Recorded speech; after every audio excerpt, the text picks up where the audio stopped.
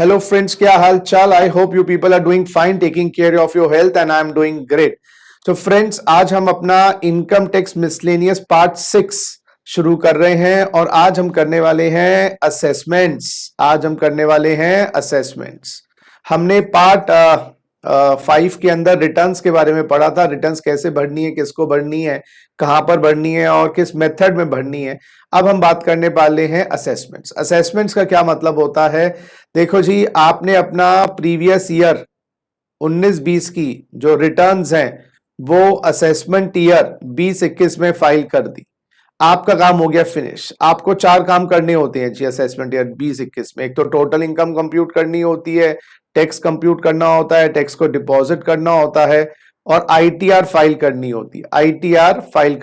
यहां पर कभी कभार एडवांस टैक्स, अगर आपके ऊपर एडवांस टैक्स का प्रोविजन लगता है, एस्टिमेटेड टैक्स 10,000 से ऊपर है, आपको एडवांस टैक्स देना पड़ता है। हाँ जी, जो इसको टैक्स, इस टैक्स को नाम देते हैं सेल्फ असेसमेंट टैक्स। और ये टैक्स आपने जमा करवा दिया, उसके बाद रिटर्न फाइल कर दी, उसके बाद सरकार का तंत्र शुरू हो जाता है ये चेक करने के लिए कि आपने जो भी किया है वो सही किया है, सही के अलावा कुछ और तो नहीं किया। तो मैं चाहूंगा कि आप लोग इस चैप्टर पे आए। चैप्टर का नाम है income tax authorities and assessments. Book के अंदर आपको ये चैप्टर मिलेगा, income tax authorities and assessments. Please come to this chapter. So friends, today in part 6 we are going to do this thing. So it is part 6 of miscellaneous chapters. तो income tax authorities का मतलब क्या है? हमारे income tax का जो hierarchy है, जो इनकम टैक्स की हियरार्की है, उसमें कौन सबसे ऊपर है? सबसे ऊपर है जी CBDT, central board of direct taxes. और सबसे नीचे जो होता है हियरार्की में, वो होता है जी इंस्पेक्टर साहब। तो ये पुलिस के इंस्पेक्टर साहब नहीं है जी, हमारे ये इनकम टैक्स के थानेदार हैं जी, इनकम टैक्स के इंस्पेक्टर हैं। ये चेक करते हैं कि क्या इनकम टैक्स का पालन जमीन पे हो रहा है या नहीं। उनके ऊपर होते हैं जी, तो इंस्पेक्टर के ऊपर होते हैं जी टीआरओ, और टीआरओ के ऊपर होते हैं जी आईटीओ, आईटीओ के ऊपर होते हैं जी AC DC, assistant commissioner, deputy commissioner. उनके ऊपर असिस्टेंट कमिश्नर या असिस्टेंट डायरेक्टर।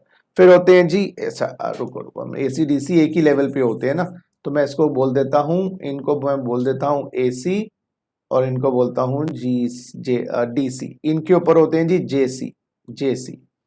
हाँ जी। अब ये एडिशनल डायरेक्टर, एडिशनल जो है, ये पोस्ट ज्यादातर प्रैक्टिकल लाइफ में नहीं होती है, पहले होती थी। तो assistant commissioner, deputy commissioner, joint commissioner, ये पोस्ट प्रैक्टिकल लाइफ में ज्यादा नहीं होती है। फिर उसके ऊपर आ गए जी आपके कमिश्नर सीआईटी जिसको बोलते हैं, कमिश्नर या सीआईटी अपील्स, दोनों का रैंक एक ही है। उनके ऊपर होते हैं चीफ कमिश्नर सीसीआईटी, फिर सीबीआईटी, सीबीडीटी हाँ जी, देखिए टीआरओ, आईटीओ, एसीडीसी ये सेम लेवल पे ही होते हैं, हियरार्की में सेम लेवल पे होते हैं। फिर जॉइंट कमिश्नर, फिर कमिश्नर, फिर चीफ कमिश्नर, सीबीडीटी। तो ये हियरार्की लेवल से याद रखिएगा। एडिशनल डायरेक्टर की या शायद 8-10 साल 15 साल पहले की बात है, शायद ये पोस्ट हटा दी गई थी।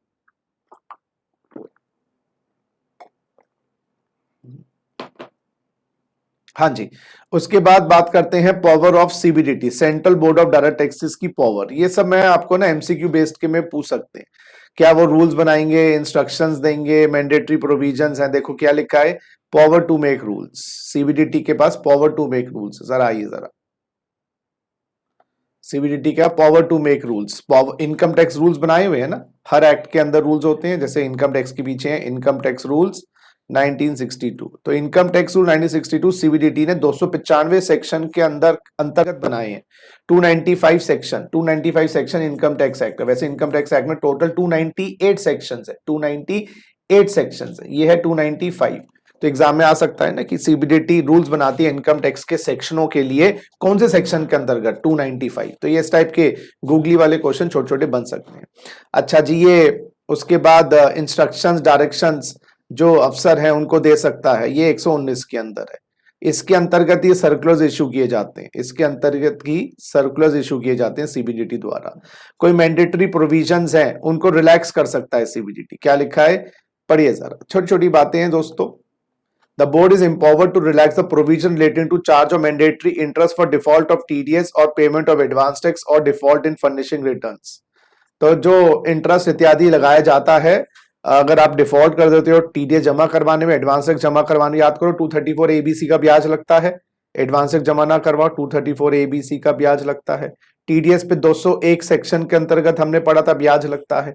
क्या डिफॉल्ट 234 एफ की पेनल्टी लगती है अगर आप रिटर्न फाइल नहीं कर पाते। कभी कभार क्या होता है, अरे भाई जैसे कोविड हो गया या किसी कारण कोई तूफान आंधी आ गया, वहां पर लेट रिटर्न्स हो रही हैं, तो वो मैंडेटरी प्रोविजंस किसी पर्टिकुलर केस के अंदर हटा सकते हैं। हाँ जी, बिलेटेड रिफंड एप्लीकेशन, अगर जेन्युइन हार्डशिप है आपको, मतलब दिक्कत है, बोर्ड में authorise any income tax authority, उसके नीचे के कोई भी अफसर, not being CIT appeal to admit belated application और क्लेम फॉर एग्जामिशन डिडक्शन। हो सकता है आप एग्जामिशन डिडक्शन लेना भूल गए हो, तो वो लेट हो चुकी है, तो वो अलाउ कर सकते हैं। एक बात और याद रखिएगा, एक बात और याद रखिएगा, ये जो आपने नोटिस किया होगा, ये जो अफसर है ना, हर अफसर के साथ डायरेक्टर जनरल, जैसे सीसीआईटी है oblique director general of income tax, CIT appeals oblique director of income tax, तो मैं इसको डीटी कर देता हूं, director general of income, DIT.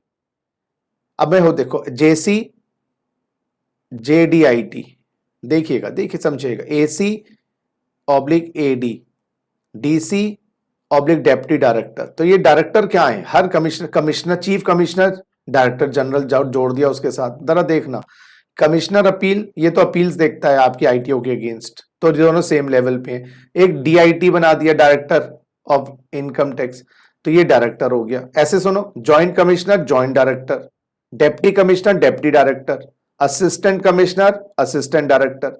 ये पर्दे के पीछे होते हैं, पर्दा है पर्दा, पर्दा पर्दा, पर्दा नशी को मैं बेपर्दा ना कर दूं तो अकबर मेरा नाम नहीं है, पर्दा है पर्दा। तो ये पर्दे के पीछे होते हैं जी, डेप्टी डायरेक्टर्स और डायरेक्टर पर्दे के पीछे। तो ये फ्रंट पे, जैसे नहीं वो ऑफिस के अंदर फ्रंट डेस्क बैक एंड, तो ये डायरेक्टर जो होते हैं ना, सेम लेवल के अफसर होते हैं।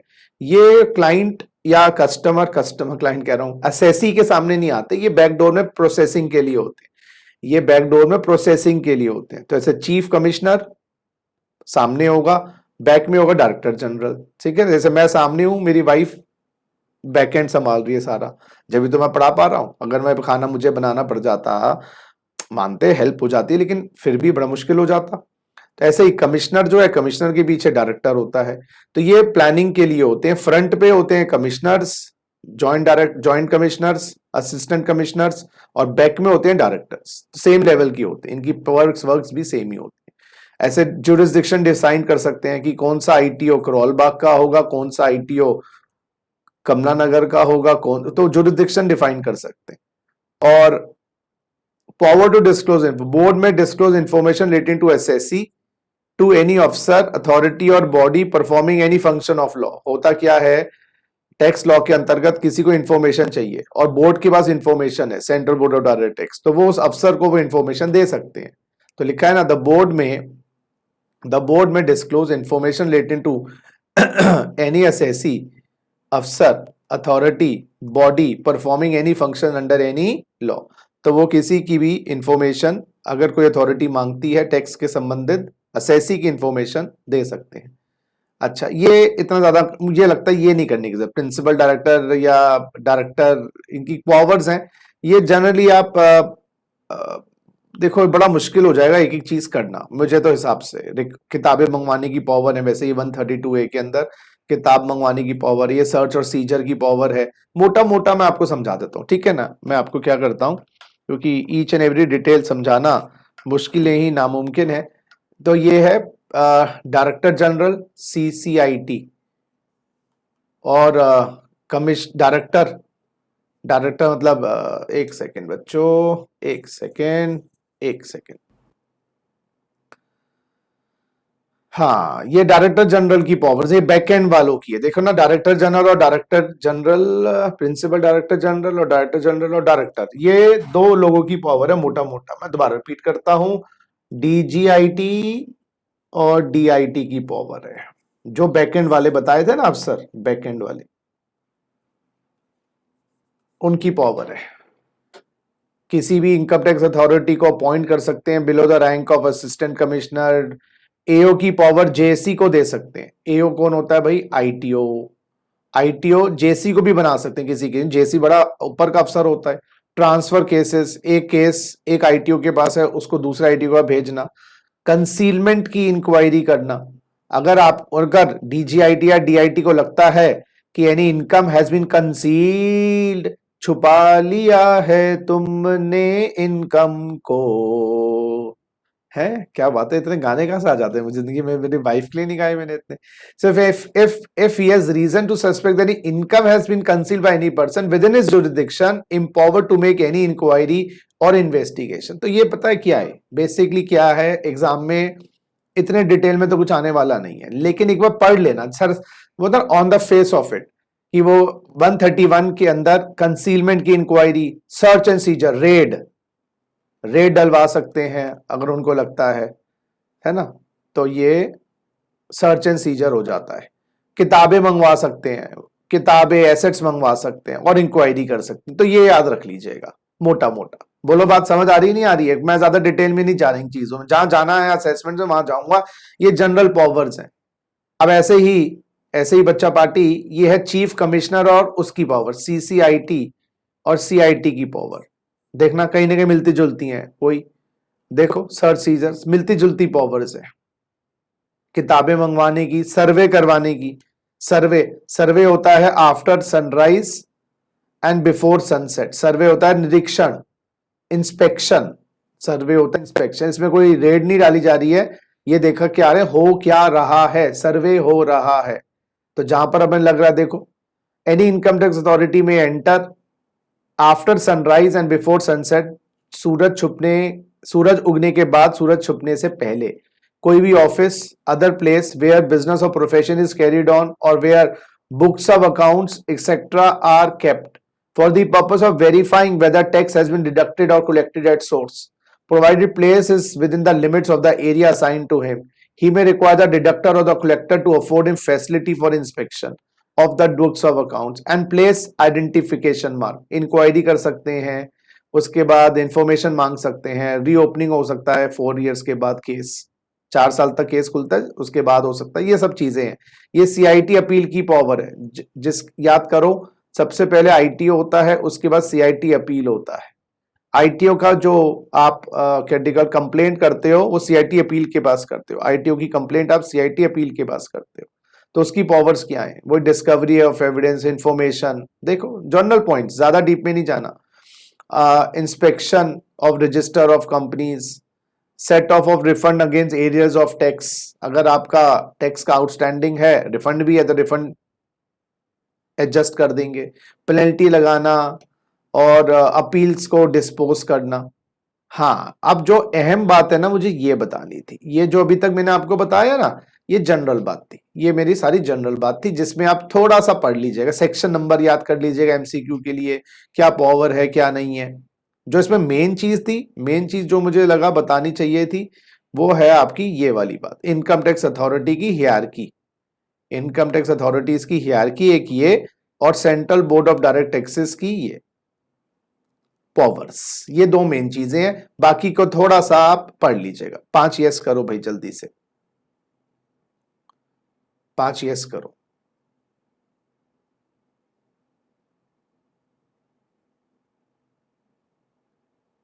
चलो बढ़िया, आ जाओ। अब मुझे आपको ये चीजें बतानी है। आइए जी, टाइप्स ऑफ असेसमेंट।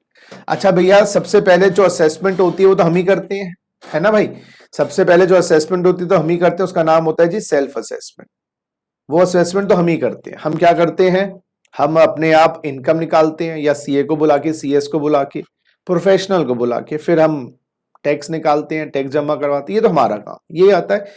आ गया 140A सेल्फ असेसमेंट। ये 140A के अंतर्गत होती है, याद रखिएगा, सेक्शन नंबर भी याद रखिएगा। Every person before furnishing the return self assessment करो अपनी इनकम की, अपना टैक्स निकालो, इंटरेस्ट निकालो, फीस निकालो, अगर कोई लेट फीस भी है तो लगाओ, और उस टैक्स को नाम देते हैं सेल्फ असेसमेंट टैक्स, और आपको रिटर्न ऑफ इनकम से पहले पहले जमा करवाना है। Proof of the payment of self assessment tax has to be attached with returns. Now returns के फॉर्म सारे जो है ना, returns forms are annexure less, return forms are annexure less, यानी कि कोई अटैच नहीं करते क्योंकि ऑनलाइन जाता है। आप डिटेल्स मेंशन कर दो। अब आप रिटर्न के फॉर्म में डिटेल्स मेंशन कर दो, रिटर्न के फॉर्म में डिटेल्स मेंशन कर दो। तो रिटर्न के फॉर्म जितने भी होते हैं भैया वो अनेक्सर लेस होते हैं, उसके अंदर आप अपनी डिटेल्स मेंशन कर सकते हैं सारी। तो मैं रिपीट करता हूं, सेल्फ असेसमेंट 140A के अंतर्गत होती है, जिसमें पर्सन रिटर्न भरने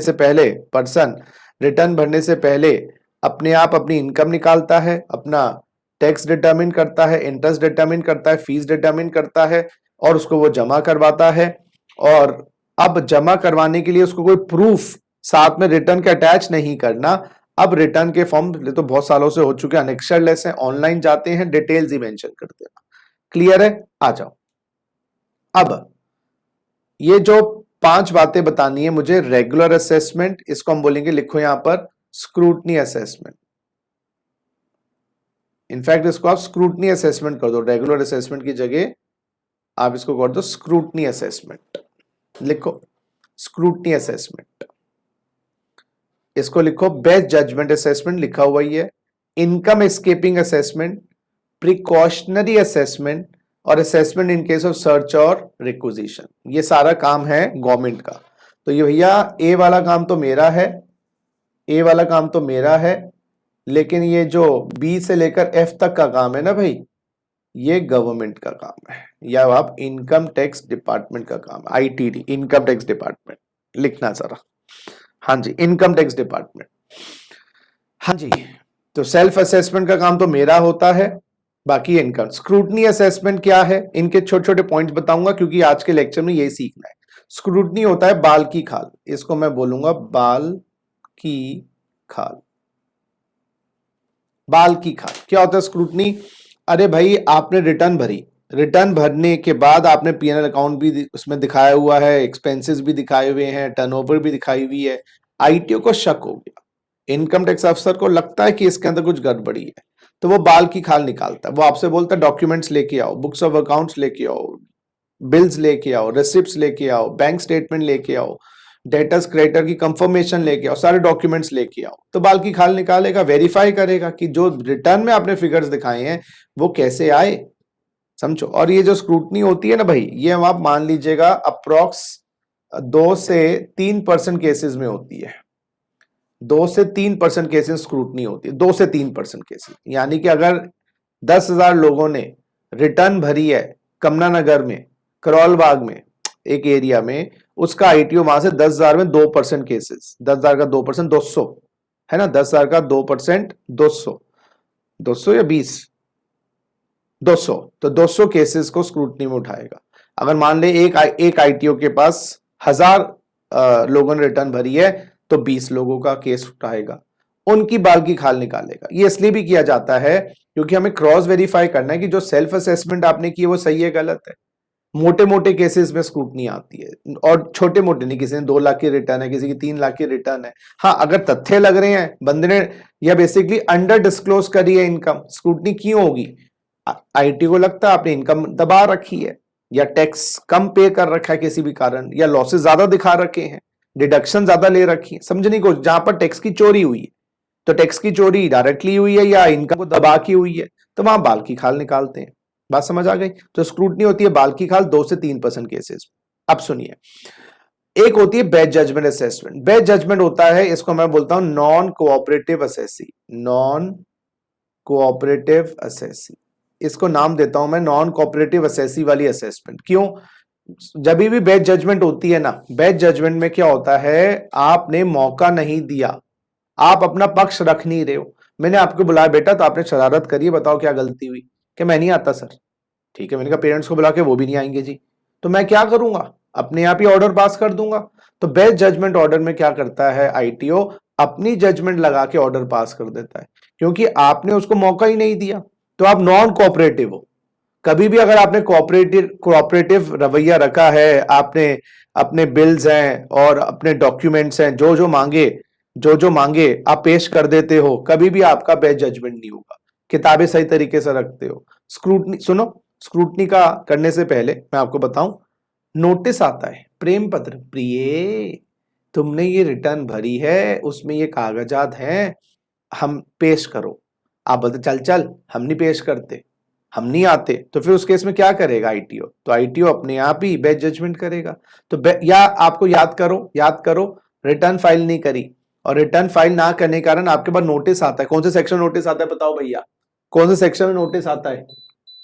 अगर आपने रिटर्न फाइल नहीं करी, हाँ 142 में आता है, याद करो कल ही बताया था, लास्ट लेक्चर में बताया था 142 के अंदर आता है। तो फिर वो आपने नोटिस के बाद भी रिटर्न फाइल नहीं करी, तो मैंने कहा था ना ये एक आधार बन जाएगा, ग्राउंड बन जाएगा बेस्ट जजमेंट असेसमेंट के लिए, बेस्ट जजमेंट असेसमेंट आईटीओ कर देगा। तो याद रखना, अगर आपने चोरी करी है तो आप पकड़े जाओगे स्क्रूटनी में। चोरी के ऊपर सीना चोरी करी है, आहा सीना चोरी, आहा चोरी के ऊपर सीना चोरी कर रहे हो यानी कि बदतमीजी कर रहे हो, तो बेस्ट जजमेंट होगी। ये इसको मैं बोलता हूं गड़े मुर्दे उखाड़ना, इनकम एस्केपिंग असेसमेंट को बोलता हूं गड़े मुर्दे उखाड़ना, उखाड़ना, गड़े मुर्दे उखाड़ना। अब मैं बताता हूं आपको, गड़े मुर्दे उखाड़ना, मैं इनकम एस्केपिंग को गड़े मुर्दे उखाड़ना कहता हूं। क्यों? क्यों भाई? इसमें क्या होता है मैं आपको बता दूं, जो ये स्क्रूटनी असेसमेंट होती है ना भाई, या बेस्ट जजमेंट होती है, ये एक लिमिटेड टाइम पीरियड के अंदर ही हो सकती है, लिमिटेड टाइम पीरियड में ही होती है जी। कौन कौन सी सर? 143 वाली और 144 वाली लिमिटेड पीरियड में होती है। अभी बताऊंगा कि कितने असेसमेंट कितने पीरियड के अंदर हो जानी चाहिए। लेकिन अगर मान लीजिएगा लिमिटेड पीरियड ओवर हो चुका है और आपकी चोरी बाद में पता चली, टाइम ओवर हो चुका है, क्योंकि असेसमेंट्स होने का ना, चाहे बेस्ट जजमेंट है या स्क्रूटनी है, इसकी टाइम लिमिट्स हैं, इतने दिन तक ही आप कर सकते हो। लेकिन बाद में कोई सनसनीखेज खुलासा हुआ, जैसे मान लीजिएगा एक मर्डर हुआ था और मुर्दे को दफना दिया गया था, मर्डर हुआ था, मुर्दे को दफना दिया गया था, नॉर्मली 6-8 महीने तक कोई प्रॉब्लम पता नहीं चली, 2-3 साल के बाद 4 साल के पता चला वो मर्डर हुआ था, उसके तथ्य निकल के आए, तो मुर्दे को दोबारा से उखाड़ा जाता है ना, नीचे से मीन्स धरती से। तो इसी तरीके से गड़े मुर्दे उखाड़ने वाली बात जब आती है, जब कोई बात बिगड़ जाए, तुम रहना मेरे साथ ओ हम नवा, ठीक है?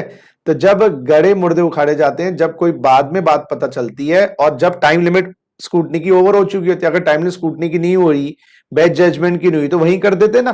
बात समझने की कोशिश करो। Next, precautionary assessment. तू मेरा है मैं तेरी हूं, तू मेरा है मैं तेरी हूं, ये तेरा है ये मेरा है। अरे झगड़ा हो रहा है, वो कुत्ते बिल्ली का झगड़ा याद है? दो कुत्ते झगड़ रहे थे, दो बंदर झगड़ रहे थे, दो बंदर के झगड़ने में तीसरा बिल्ली आके खाना ले गई, रोटी ले गई। तो मिस्टर ए कह रहे हैं, मिस्टर ए नहीं कह रहे हैं, एक इनकम है, वो लग रहा है कि मिस्टर ए की है, लग रहा है मिस्टर बी की है। वैसे तो हक तो जमा रहे हैं, टैक्स देने के टाइम पे कहते हैं उसकी है, बी कह रहे ना ए की है। समझो मेरी बात, समझो। जब इनकम मिलने की बात है तो मुझे दे दे, मुझे दे दे, मुझे दे दे, मुझे दे दे, और टैक्स की बात आई तो साले उसकी है। बी कह रहा है ए की है, ए कह रहा है बी की है। तो भाई क्या करें, क्या करें, क्या ना करें, क्या करें भाई? तो फिर गवर्नमेंट कहती है भाई एक के हाथ में टैक्स कर देते हैं, प्रिकॉशनरी असेसमेंट एक के हाथ में टैक्स कर देते हैं। बाद में जब डिसाइड होगा, कोई कोर्ट केस चल रहा हो, कोर्ट केस में डिस्प्यूटेड है प्रॉपर्टी, तो फिर गवर्नमेंट कहते हैं प्रिकॉशनरी कर दो, एक पे कर दो, बाद में दूसरे पे कर देंगे, कट कॉपी पेस्ट।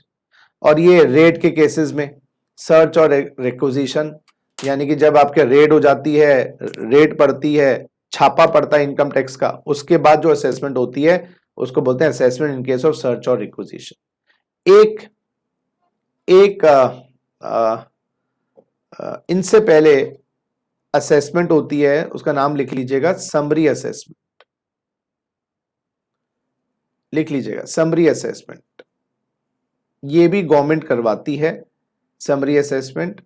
ये होती है आपकी 143(1) के अंदर, लिखना समरी असेसमेंट 143(1). स्क्रूटनी जो होती है ना 143(3) में हो जाती है, 143(3). चलो आप लिख लो समरी असेसमेंट 143(1) और स्क्रूटनी असेसमेंट लिख सकते हो 143(3). डिस्टिंग्विश हो जाएगा ना। तो दोबारा से रिपीट करो, सेल्फ असेसमेंट कौन करता है? हम करते हैं। बाकी सारी असेसमेंट कौन करते हैं? सरकार करती है। स्क्रूटनी में बाल की खाल, बेस्ट जजमेंट में नॉन कोऑपरेटिव बंदा, इनकम एस्केपिंग में गड़े मुर्दे उखाड़ना, प्रिकॉशनरी असेसमेंट में मैं तेरा तू मेरी, मैं तेरा तू मेरी, टैक्स के टाइम ये इसकी ये इसका वो मेरा नहीं है, और सर्च और रिक्विजिशन छापे वाले केस के अंदर एक और असेसमेंट होती है, उसको तो समरी असेसमेंट। समरी असेसमेंट वैसे एक्चुअल में असेसमेंट नहीं है, नाम से असेसमेंट है, नाम की असेसमेंट है, लेकिन ये एक तरीके से प्रोसेसिंग ऑफ रिटर्न है। मैं आपको बताता हूं प्रोसेसिंग ऑफ रिटर्न, ये 100% केसेस में होती है। ये होती है जी समरी असेसमेंट, लिख सकते हो।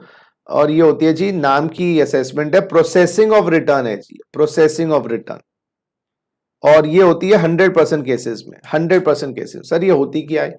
अरे सुनो, एक आईटीओ के पास 1000 लोगों ने रिटर्न फाइल करी, बताना स्क्रूटनी जनरली कभी कितना परसेंट हो जाती है स्क्रूटनी? 1000 लोगों ने रिटर्न फाइल करी आईटीओ के पास, तो स्क्रूटनी जनरली कितने परसेंट हो जाती है? बताना जरा।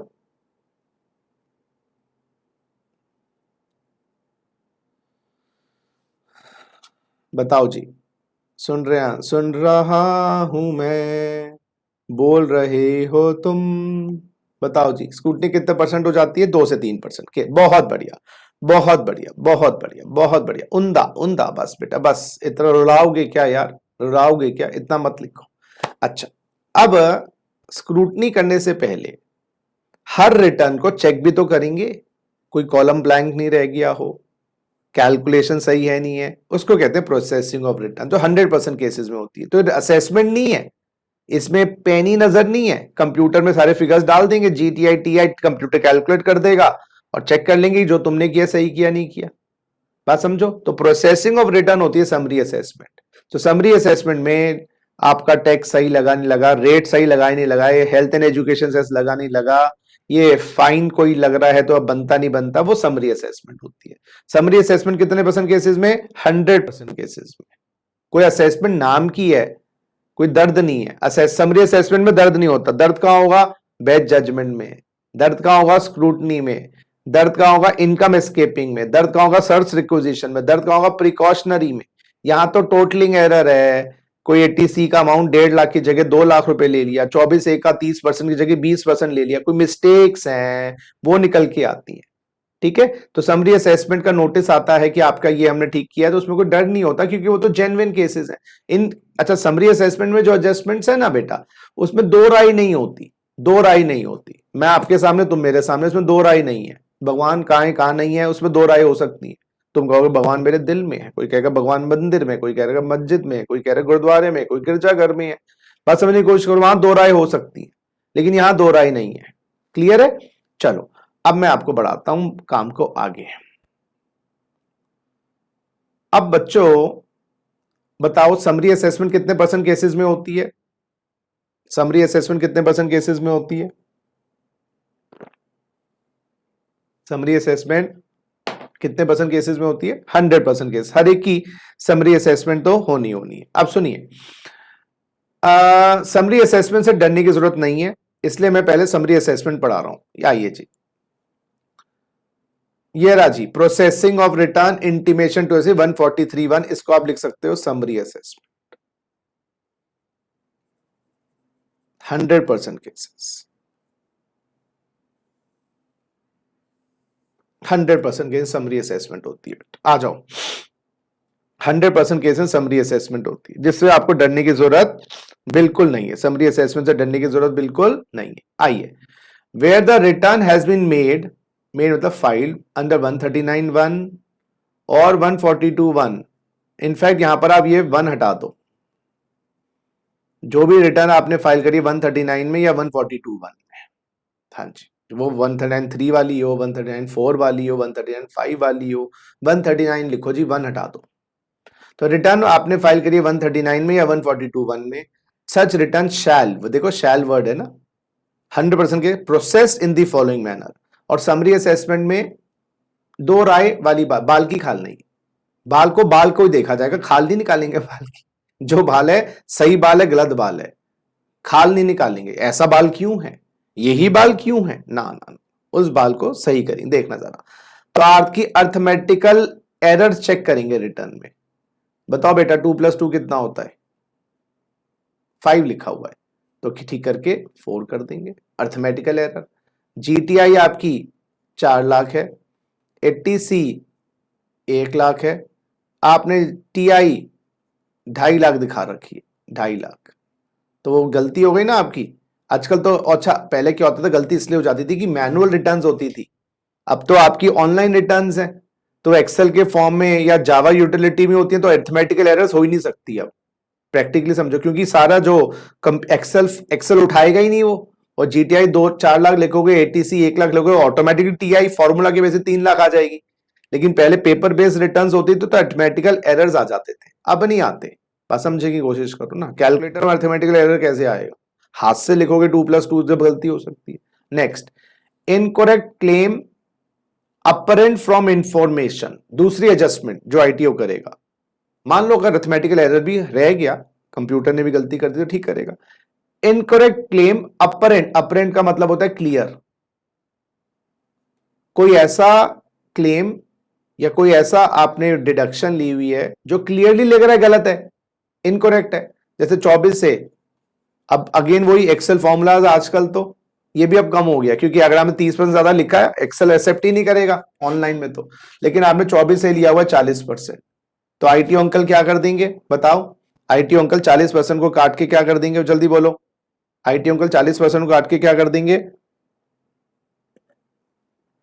30%। बहुत बढ़िया। तो इनकरेक्ट क्लेम्स देखो, इनमें आप रोगे नहीं, इनमें दर्द नहीं होता। जो समरी असेसमेंट के अंदर एडजस्टमेंट्स होती हैं, ये जेन्युइन असेसमेंट, इसमें बाल की खाल नहीं है ना, चोर को चोर माना गया, पुलिस को पुलिस माना गया है। हाँ बिल्कुल मिल जाएगा, बिल्कुल मिल जाएगा राहुल। अब पढ़ो, डिसअलाउंस, देखना जरा, डिसअलाउंस और loss claimed if return of the previous year for which claimed was furnished beyond the due date, last year का कोई लॉस आ रहा है, लॉस लास्ट ईयर का लॉस आ रहा है, और वो ड्यू डेट के बियॉन्ड फाइल करी थी, वो ड्यू डेट के बियॉन्ड, तो वो कैरी फॉरवर्ड नहीं होता ना, सेक्शन 80 लग जाता है, सेक्शन 80। तो अगर आपने लॉस सेट ऑफ कर रखा है और लास्ट ईयर की रिटर्न लेट फाइल करी थी, तो लॉस कैरी फॉरवर्ड नहीं होता, आपने सेट ऑफ कर लिया तो वो हटा देंगे सेट ऑफ। नेक्स्ट आगे पढ़ो, डिसअलाउंस और expenditure indicated in the audit report but not taken into account in computing the total income.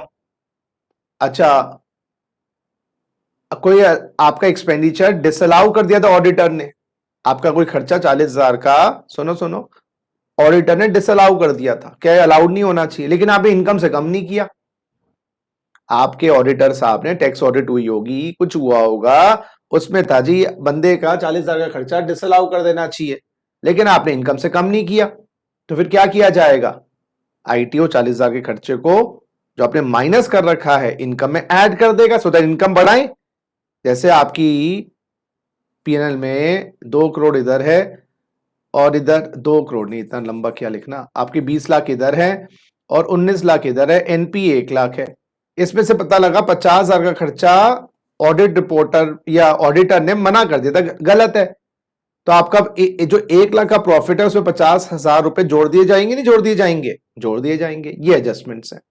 अच्छा, कुछ ऐसी डिडक्शंस होती हैं जैसे 10A वाली, 80IA वाली, IAB वाली, IB वाली, IC वाली, IDIE वाली, वो रिटर्न फाइल करोगे टाइम से ना, जब भी मिलती हैं, तो अगर बिलेटेड रिटर्न फाइल करी है और इसमें ये डिडक्शन ली हुई है तो छीन लेगा आईटीओ, ये तो अलाउड ही नहीं है।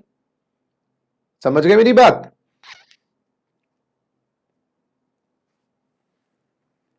ऐसे ही आपका ये addition of income appearing in form 26AS, form 16A बताता हूं, फॉर्म 16, ये आपका 26AS टैक्स स्टेटमेंट होता है, टैक्स स्टेटमेंट होता है बेटा, उसमें कोई इनकम दिखाई दे रही है, ये टीडीएस सर्टिफिकेट्स होते हैं जो आपको, जो टीडीएस काट रहा है ना वो देता है, 16 में सैलरी का टीडीएस सर्टिफिकेट आता है, 16A में बैंक की एफडी का या कोई लॉटरी की इनकम का टीडीएस आता है, उसमें कोई इनकम दिखाई हुई है, वो आपने अपने आप दिखाई नहीं तो वो ऐड कर देगा। तो बेसिकली मोटा मोटा बच्चा पार्टी 6 एडजस्टमेंट्स हो जाती हैं। अच्छा 6 वाली जो एडजस्टमेंट है ये no adjustment shall be made under sub 6 in relation to return furnish for the assessment year on or after. ये अब ये वाली एडजस्टमेंट हटा दी गई है क्योंकि लिखा है ना no adjustment shall be made under 6 in relation to return furnished for the assessment year 18-19 onwards. तो यानी कि 5 एडजस्टमेंट्स अब आईटीओ करेगा, 5 एडजस्टमेंट्स आईटीओ करेगा। पहली एडजस्टमेंट बताओ, 2 + 2 5, 24A 40% लॉस सेट ऑफ, लेकिन कैरी रिटर्न लेट फाइल करी। चौथा ऑडिटर ने मना कर दिया, तुमने ले लिया तो छीन लेंगे वापस। और पांचवा कुछ ऐसी डिडक्शन आईए आईबी आईसी जिसके लिए रिटर्न फाइल करना टाइम से, लेकिन हमने रिटर्न टाइम से नहीं फाइल करी तो वो डिडक्शंस को छीन लेंगे। नेक्स्ट, अब सुनो, जो भी एडजस्टमेंट्स करनी है आईटीओ 5 एडजस्टमेंट्स करेगा, आपको इंटीमेशन भेजेगा। हाँ, चाहे वो पेपर फॉर्म में इंटीमेशन आए या ऑनलाइन इंटीमेशन आए, वो भेजेगा कि देखो जी 2 + 2 5 नहीं होता 4 होता है, मैं चेंज कर रहा हूं। 24A 40% नहीं होता 30% होता है, मैं चेंज कर रहा हूं। ऑडिटर खा गया था तुम्हारे खर्चे, तुमने नहीं खाए, मैं वापस कर रहा हूं। समझिए, आइए जरा देखिए, अगर further response receive from the assessee if any shall be considered before making adjustment in case no response in 30 days. अब देखो, आपको 30 दिन का टाइम दिया जाएगा। ये छोटे छोटे एमसीक्यू क्वेश्चन बनेंगे। इंटीमेशन भेज रहा है, एडजस्टमेंट करनी है, 30 दिन का टाइम देगा। अगर 30 दिन में आपने रिस्पॉन्स दिया, देखो जी ये बात है, तो उसको कंसिडर करेगा, और रिस्पॉन्स नहीं देते तो अपने आप एडजस्टमेंट कर देगा। बात समझ आ रही है आपको? बिल्कुल, ये बात ठीक है। आगे नेक्स्ट, अब उसके बाद समझो, एडजस्टमेंट्स करने के बाद क्या करेगा? टैक्स, नया टैक्स निकालेगा, नया इंटरेस्ट कंप्यूट करेगा, क्योंकि अब टैक्स बढ़ गया तो ब्याज भी लगाएगा, नई फीस लगाएगा, लेट फीस अब नहीं लगाई तो वो लगा देगा। उसके बाद टैक्स पेएबल बन जाएगा, देनदारी बन गई आपकी, या रिफंडेबल बन गया, हो सकता है। आपने 24A 20% लिया, 24A 30% होता है तो रिफंड बनेगा। आपने 24A 40% लिया, होता है 30%, तो यहां पर आपको टैक्स और देना पड़ेगा क्योंकि आपने इनकम घटा दी। सुनिए ना, और उसके बाद अच्छा, पहली इंटीमेशन कौन सी भेजी थी? ये इंटीमेशन कौन सी भेजी थी? बताने के लिए कि मैं एडजस्टमेंट करना चाहता हूं। एडजस्टमेंट के बाद एक और इंटीमेशन आएगी, ये देखो, intimation shall be prepared and generated and send to the assessee specifying sum payable or refundable. तो ये इंटीमेशन आएगी ये बताने के लिए कि आपकी हमने, तो 2 इंटीमेशन आई। पहले तो हम एडजस्टमेंट कर रहे हैं, तुम्हें अपनी साइड से कुछ बोलना है, और अगर तुम आंसर दे दे तो 30 दिन में तो उसको यूज करा जाएगा, नहीं देते तो एडजस्टमेंट कर देगा। टैक्स बढ़ गया, टैक्स घट गया, बात समझ आ गई। और सुनो, अब किसी ने पूछा था, राहुल महाजन ने, इफ रिफंड बनता है असेसी का तो वो रिफंड भी आपको ग्रांट कर देगा, तो आपको नोटिस देगा ये टैक्स बनता है, ये बनता है तो जमा कराओ, हमारे साइड से बनता है तो हम आपको रिफंड दे रहे हैं। अब मेरा क्वेश्चन ये है, सुनिएगा मेरी बात, इंटीमेशन कब भेजी जा रही है? सुनो, जब टैक्स बढ़ रहा है या घट रहा है, समझिए मेरी बात। एक केस में और इंटीमेशन भेजेंगे, ये थर्ड केस है जहां इंटीमेशन भेजी जाएगी। कहां भेजी जा रही है जरा पढ़िए, intimation shall also be sent to the assessee in case where the loss declared in the return by the assessee is adjusted and no tax or fees or interest is payable or refundable। अरे बाबा रे बाबा, तुमने loss दिखाया 5 करोड़ का, arithmetical error के कारण loss रह गया 3 करोड़ का। अब आपको बताओ टैक्स पेएबल है रिफंडेबल है? भाई ना पेएबल है रिफंडेबल है, इंटीमेशन आएगी। तो 3 केस में बच्चा पार्टी इंटीमेशन आएगी, 3 केस में इंटीमेशन आएगी। एडजस्टमेंट्स के बाद लॉस बढ़ गया या लॉस घट गया, या टैक्स बढ़ गया या टैक्स घट गया, उल्टा कर दो, इंटीमेशन कब नहीं आएगी? एडजस्टमेंट्स के बाद ना टैक्स बढ़ा ना टैक्स घटा ना लॉस में छेड़खानी हुई, तो आपको क्या बताएगा? समझो ना, जब टैक्स बढ़ा घटा नहीं है, उतना का उतना ही रह गया, कोई 2+2 5 दिखाया था, नीचे फिर आपने वो -1 एडजस्टमेंट हो गई, 2-3 एडजस्टमेंट्स आपस में मैच कर गई, समझने की कोशिश करो, फिर आपको क्या बताएगा? क्वेश्चन पॉइंट समझ आया नहीं आया? जल्दी बोलो। तो समरी असेसमेंट बच्चों कितने % केस में होती है? 100% केसेस में। 5 मोटे मोटे उसके अंदर एडजस्टमेंट्स करनी है। 2+2 5, 24 या 40%, और रिटर्न ने मना कर दिया था खर्चा, तुमने फिर भी लिया, वो हटाएंगे। रिटर्न भरने के बाद 10 AA 80 IA इस टाइप की डिडक्शन नहीं मिलती, आपने ले रखी है, या लॉस सेट ऑफ कर रखा है जिसके रिटर्न आपने लेट फाइल करी। एडजस्टमेंट्स करने के लिए आपको नोटिस भेजा जाएगा, 30 दिन में आपको आंसर देना है, नहीं देते तो एडजस्टमेंट्स कर देगा। एडजस्टमेंट्स के बाद या तो टैक्स बढ़ जाएगा या टैक्स घट जाएगा, तो आपको बताएगा। अगर टैक्स बढ़ा नहीं घटा नहीं तो नहीं बताएगा, लेकिन फिर भी एक केस में बताएगा अगर लॉस का अमाउंट प्लस माइनस हुआ है। बात समझ आ गई? अब सुनिए, ये जो इंटीमेशन एडजस्टमेंट्स की भेजी जा रही है, इसकी भी टाइम लिमिट है। Very very important, very very important. जो आपको एडजस्टमेंट्स करके इंटीमेशन भेजा जा रहा है कि टैक्स बढ़ गया, टैक्स घट गया, या लॉस प्लस हुआ है माइनस हुआ है, 1 year from end of the financial year of return.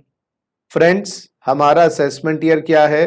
2021, और आपने रिटर्न फाइल करी, सुनिए सुनिए, आपने रिटर्न फाइल करी 15/7/20 को, 15/7/20 को आपने रिटर्न फाइल करी। अब आपकी इस रिटर्न को समरी असेसमेंट में चेक किया अंकल ने। कौन से अंकल? ITO अंकल ने। कोई एडजस्टमेंट्स भी हुई उसके अंदर, प्लस माइनस हुआ, इंटीमेशन वो भेजेगा। इंटीमेशन वो भेजेगा अगर 3 केसेस में। वो कब तक भेज सकता है इंटीमेशन? क्वेश्चन ये है। एडजस्टमेंट्स करने के बाद जो इंटीमेशन भेजी जाएगी वो कब तक भेजी जाएगी? बताओ, वो इंटीमेशन कब तक भेजी जाएगी? जल्दी बताओ।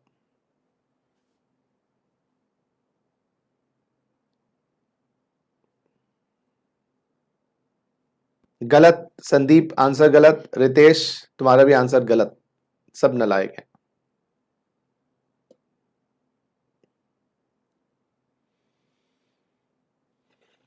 जागो ग्राहक जागो। Yes Poonam aunty, very good. ये कंप्लीशन असेसमेंट ये दिया, कोई रिटर्न नहीं भर रहे भाई। नेहा नेहा दीदी बिल्कुल आंसर सही है आपका भी। 1 year from end of the financial year of return. भाई साहब रिटर्न कब भरी है तुमने? फाइनेंशियल ईयर है 2021। 2021 का एक साल समाप्त होगा 31 मार्च 22। बात समझ आ गई जी? बात समझ आई? बुरा ना मानना भाई, मैंने क्या आंटी बोल दिया किसी को या दीदी बोल दिया, प्लीज, सब बच्चे हैं मेरे लिए। 31 मार्च 22, या दोस्त है मेरे, चलो ये बेटर है। ठीक है भाई, 31 मार्च 22। अच्छा सुनो, बताओ ना, अगर ना पेएबल है ना रिफंडेबल है, ना पेएबल है ना रिफंडेबल है, ना लॉस की एडजस्टमेंट है, ना पेएबल है ना रिफंडेबल, लॉस की एडजस्टमेंट भी नहीं है, तो आप जो रिटर्न फाइल करिए ना, उसकी जो एक्नॉलेजमेंट होती है वो ITR 5 याद करो। रिटर्न फाइल करने के बाद जो एक्नॉलेजमेंट जनरेट होती है, हम उसी को डीम्ड इंटीमेशन मान लेंगे। हम मान लेंगे कि आपकी रिटर्न एक्सेप्ट हो गई है, कोई इसमें 143(1) नहीं हुआ। चलिए, बात समझ आ गई? बात समझ आ गई? बोलो भाई, जल्दी बोलो, आगे फिर बढ़ेंगे। मैंने पूरा विस्तृत रूप में समरी असेसमेंट बता दिया, और ये हटा दो जी, अब ये पॉइंट हट गया है। ये पॉइंट असेसमेंट 17-18 से हट गया, तो मैं पॉइंट बता ही नहीं रहा।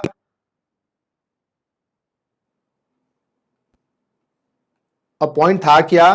केस स्क्रूटनी में आ जाता था, तो स्क्रूटनी में डिटेल चेकिंग होती थी, तो गवर्नमेंट की एडजस्टमेंट्स क्या करनी और एडजस्टमेंट्स की इंफॉर्मेशन क्या भेजनी। बात समझने की कोशिश करो ना, यहाँ पर 2+2 की बात है, कोई 30-40% की बात है, इंटीमेशन भेजा जाता, टैक्स बढ़ गया घट गया, लेकिन उसी में समझो, मैं आपको एक और बड़ी अच्छी बात बता रहा हूं, समझने की कोशिश करना। ये जो स्क्रूटनी असेसमेंट हो रही है ना, सॉरी, ये जो समरी असेसमेंट हो रही है, ये एक ग्राउंड बनता है स्क्रूटनी का। मैं आपको दोबारा रिपीट करता हूं, समझने की कोशिश करना। थियोरेटिकल चीजें कहानी के रूप में समझेंगे तो मजा आएगा। तो मैं आईटीओ हूं और मेरे पास 100 लोगों ने रिटर्न फाइल करी। मैं आईटीओ हूं, 100 लोगों ने मेरे पर रिटर्न फाइल करी, 100 लोगों ने। अब 100 के 100 की मैं समरी असेसमेंट करूंगा, वो 5 गलतियां निकालूंगा। लेकिन उस गलतियां निकालने के टाइम पर मेरी नजर तुम पे भी पड़ेगी, तुम्हारी शक्ल पे नहीं नालायको, तुम्हारे रिटर्न पर। अच्छा, चड्डा साहब की टर्नओवर बढ़ गई इस साल। अच्छा, गुप्ता साहब ने खर्चे बढ़ा दिए इस साल। अच्छा, स्वीटी ने डिडक्शन ज्यादा लिए हैं। अब वो जो शक, हाँ, डाउट अराइज होता है ना, जो डाउट अराइज होता है उसके मन में, वो जो डाउट है। अच्छा, अब वैसे तो अब स्क्रूटनी में केसेस भी कंप्यूटर पिकअप करता है, लेकिन मैं एग्जांपल समझा रहा हूं। वो डाउट अराइज होता है, लेकिन उस डाउट का निवारण वो समरी में नहीं कर सकता। समरी में तो खाली 5 एडजस्टमेंट है। क्यों क्यों इतनी टर्नओवर है, क्यों इतने खर्चे हैं, खर्चों की डिटेल क्या है, वो नहीं मांग सकता समरी में। तो वो लिख लेता है किस किस रिटर्न के अंदर।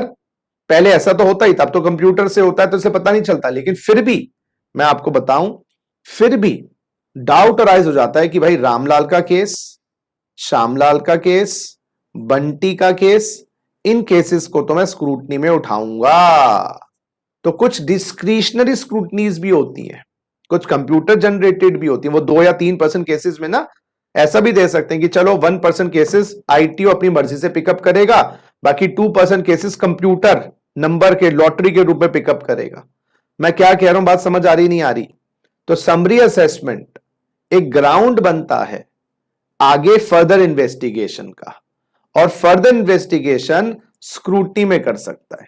क्योंकि सुनो मेरी बात, जो बाल की खाल निकालनी है, समरी उसका जगह नहीं है। 143(1) सेक्शन ऑथराइज ही नहीं करता आईटीओ को कि बाल की खाल निकाले। बात समझ आ गई? इसलिए पहले आ रहा था कि अगर किसी की एडजस्टमेंट्स हुई हैं और उसका केस स्क्रूटनी में आ गया, एडजस्टमेंट्स हुई हैं और स्क्रूटनी में केस उठा रहे हैं, तो नोटिस भेजने की जरूरत नहीं थी। अब क्या लिखा है ना कि अगर 143(1) सेक्शन की प्रोसेसिंग की रिटर्न जरूरत नहीं है, केस स्क्रूटनी में आ गया। अब कह रहे हैं ना प्रोसेसिंग तो करो, स्क्रूटनी में उठाना है उसके केस को बाद में उठा लेना, एक बार आप इंटीमेशन तो भेजो। तो अब ये सेक्शन इतना इंपॉर्टेंट नहीं है, आ जाओ। तो मैंने क्या कहा, 100% केस में स्क्रूटनी होती है और स्क्रूटनी एक ग्राउंड, 100% केस में समरी होती है, समरी एक ग्राउंड बनता है। आईटीओ की नजर जाती है आपके फिगर्स पे, बोलते हैं इसको तो मैं स्क्रूटनी में उठाऊंगा। आइए पढ़िए जरा, where the return has been made. अब मैं स्क्रूटनी पे आ गया। एओ का मतलब होता है जनरली आईटीओ। हाँ, एओ की पावर आगे एसीडीसी को भी दी जा सकती है और एओ की पावर जेसी को भी दी जा सकती है, क्योंकि आईटीओ के ऊपर होता है एसीडीसी, एसीडीसी के ऊपर होता है जेसी। तो गवर्नमेंट चाहे तो, वो ऊपर के अफसर जो है वो चाहे तो असेसिंग ऑफिसर की पावर आपकी आईटीओ को, एसी को, डीसी को या जेसी को दी जा सकती। पढ़िए जरा, तो where the return has been made, AO if considers necessary or expedient to ensure that, AO को लगता है कि अगर आपने अंडरस्टेट तो नहीं कर रखी अपनी इनकम, दबा तो नहीं रखी, लॉस तो ज्यादा नहीं दिखा रखा, टैक्सेस कम तो नहीं दिए हुए, तो वो आपको सर्व करेगा। हाय, आपको सर्व करेगा, क्या सर्व करेगा? बटर चिकन, आपको सर्व करेगा दाल मखनी, आपको सर्व करेगा कोल्ड ड्रिंक्स। लो बेटा, आपने टैक्स कम पे किया है, हम आपसे प्रसन्न हो गए, आपने इनकम कम दिखाई है, हम भोगैम्बो खुश हुआ। तो सर्व करेगा क्या करेगा? असेसी को एक नोटिस, ना बटर चिकन ना दाल मखनी, नोटिस सर्व करेगा कि भाई एक डेट को, जो मैं नोटिस में डाल देंगे 15 तारीख, 18 तारीख, 20 तारीख, आइए आपका इंतजार था, either to attend his office, आइए आपका इंतजार था, और produce evidence, documents, return document, books of accounts, bills, vouchers etcetera, ये दिखाने हैं जो आपने यूज किए हैं रिटर्न भरने के लिए।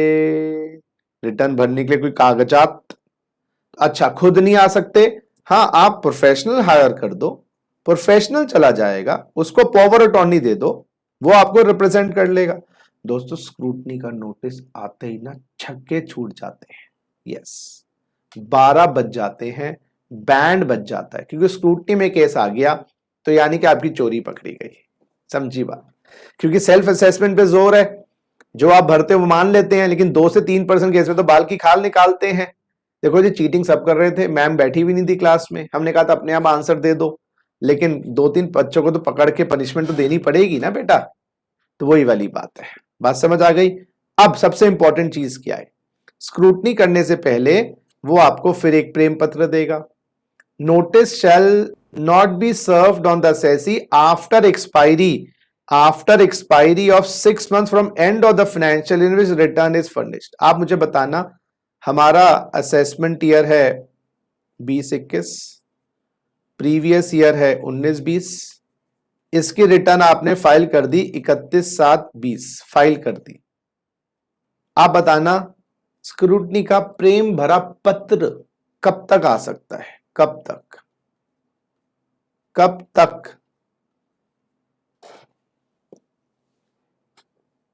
कब तक स्क्रूटनी का नोटिस 143(2) वाला, ये 143(2) वाला नोटिस होता है, आपके पास आ सकता है। भाई 31/7/20 को फाइल करी है, 2 महीने के अंदर अंदर 22, 1.5-2 साल तक लटकी रहेगी तलवार तुम्हारे ऊपर। 6 months from end of the financial year in which return is filed.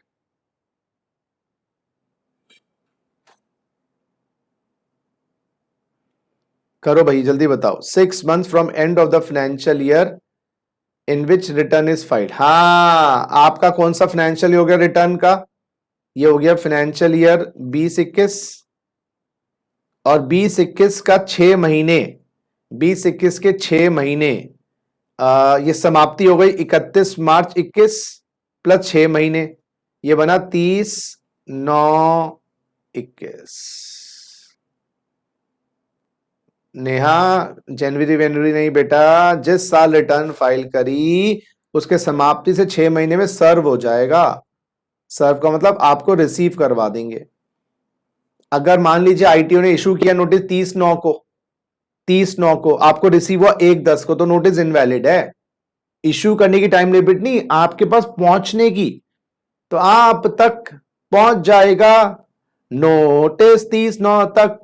अगर नहीं पहुंचा 30/9/21 तक नोटिस, तो मान लीजिए बाल की खाल निकाली नहीं जा रही, आप 2 से 3% वाले केस में नहीं हो, अब 98 से 97% केसेस में हो, और जो आपने दिखाया है वो मान लिया गया।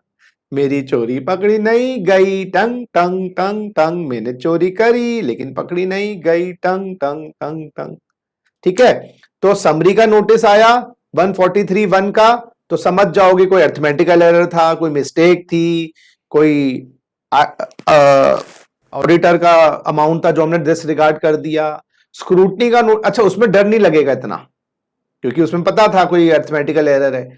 इसमें आपके रोंगटे खड़े हो जाएंगे, क्योंकि पकड़ी जाएगी चोरी। बात समझ आ गई? और ये नोटिस आएगा 30/9 तक। तो रिटर्न जब फाइल करते हैं उसके अगले साल के 6 महीने तक डंडा रहता है सिर पर, और फिर आईटीओ सीधा सीए को फोन लगाता है, अपने सीएस को फोन लगाता है, भाई साहब गए काम से, और सीएस इस टाइम खुश हो जाता है, बेटा काम बढ़ गया हमारा, चलो अब जाएंगे आएंगे चक्कर लगाएंगे, फीस बढ़ेगी हमारी। बात समझ आ गई? अब ये है स्क्रूटनी का ऑर्डर, लिखो जी, ये जो है ना स्क्रूटनी का ऑर्डर है, लिखो जी, ये है 143(3), तो नोटिस है 143(2) में, और स्क्रूटनी का ऑर्डर पास जो आईटीओ करेगा 143(3). देखो जरा, तो यहां पर लिख लो स्क्रूटनी ऑर्डर अंडर 143(3), ये स्क्रूटनी ऑर्डर है। AO shall by order in writing make assessment of total income और लॉस, वो आपकी टोटल इनकम निकालेगा स्क्रूटनी के अंदर। आप एक बार नहीं होते, एक ही दिन में नहीं होता, ये 15-20 चक्कर लगेंगे आपके। And determine payable and refundable, ये बड़ी इंपॉर्टेंट लाइन है। स्क्रूटनी में आपका टैक्स बढ़ भी सकता है और स्क्रूटनी में फायदा मिल गया। अरे बब्बा जब रिटर्न भरी, सुनो, रिटर्न में टोटल इनकम दिखाई 10 लाख। हो सकता है जब तथ्य मंगवाए तो तुम्हें नहीं पता था हमारे पास इतना तथ्य रखे हैं। तथ्य मीन सबूत तुम्हारे पे इतने से तुमने भूल गए थे, तो रिटर्न तुमने भरी, स्क्रूटनी में तुमने डिडक्शंस और दिखाई, ये भी मिलनी चाहिए, हम तो लेना ही भूल गए। टोटल इनकम रह गई तुम्हारी 8 लाख। तो टैक्स बढ़ गया या घट गया? घट गया, रिफंड भी मिल सकता है। वैसे मेरे हिसाब से स्क्रूटनी में खाली टैक्स बढ़ना चाहिए था, लेकिन स्क्रूटनी में टैक्स घट भी सकता है।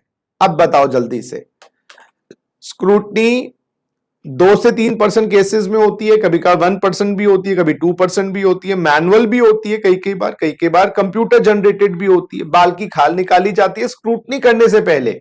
143(2) का नोटिस भेजा जाता है। स्क्रूटनी करने से पहले 143(2) का नोटिस भेजा जाता है। उस नोटिस में आपको बुलाया जाता है खुद या सीए द्वारा, सीएस द्वारा, किताबें मंगवाई जाती हैं, फिर उसके बाद वार्तालाप चलती है, महीने, 2 महीने, 3 महीने, 4 महीने, और ये नोटिस अगले साल के 6 महीने तक आ जाएगा, पहुंच जाएगा, रिसीव हो जाएगा। नहीं आया, नो स्क्रूटनी। अच्छा, अब नोटिस आ गया, जाओ वार्तालाप करो, डॉक्यूमेंट्स दिखाओ, और आपकी इनकम बढ़ भी सकती है स्क्रूटनी में और टोटल इनकम घट भी सकती है। टैक्स बढ़ भी सकता है और टैक्स घट भी सकता है। बोलो, समझ आई नहीं आई बात? बोलो भैया।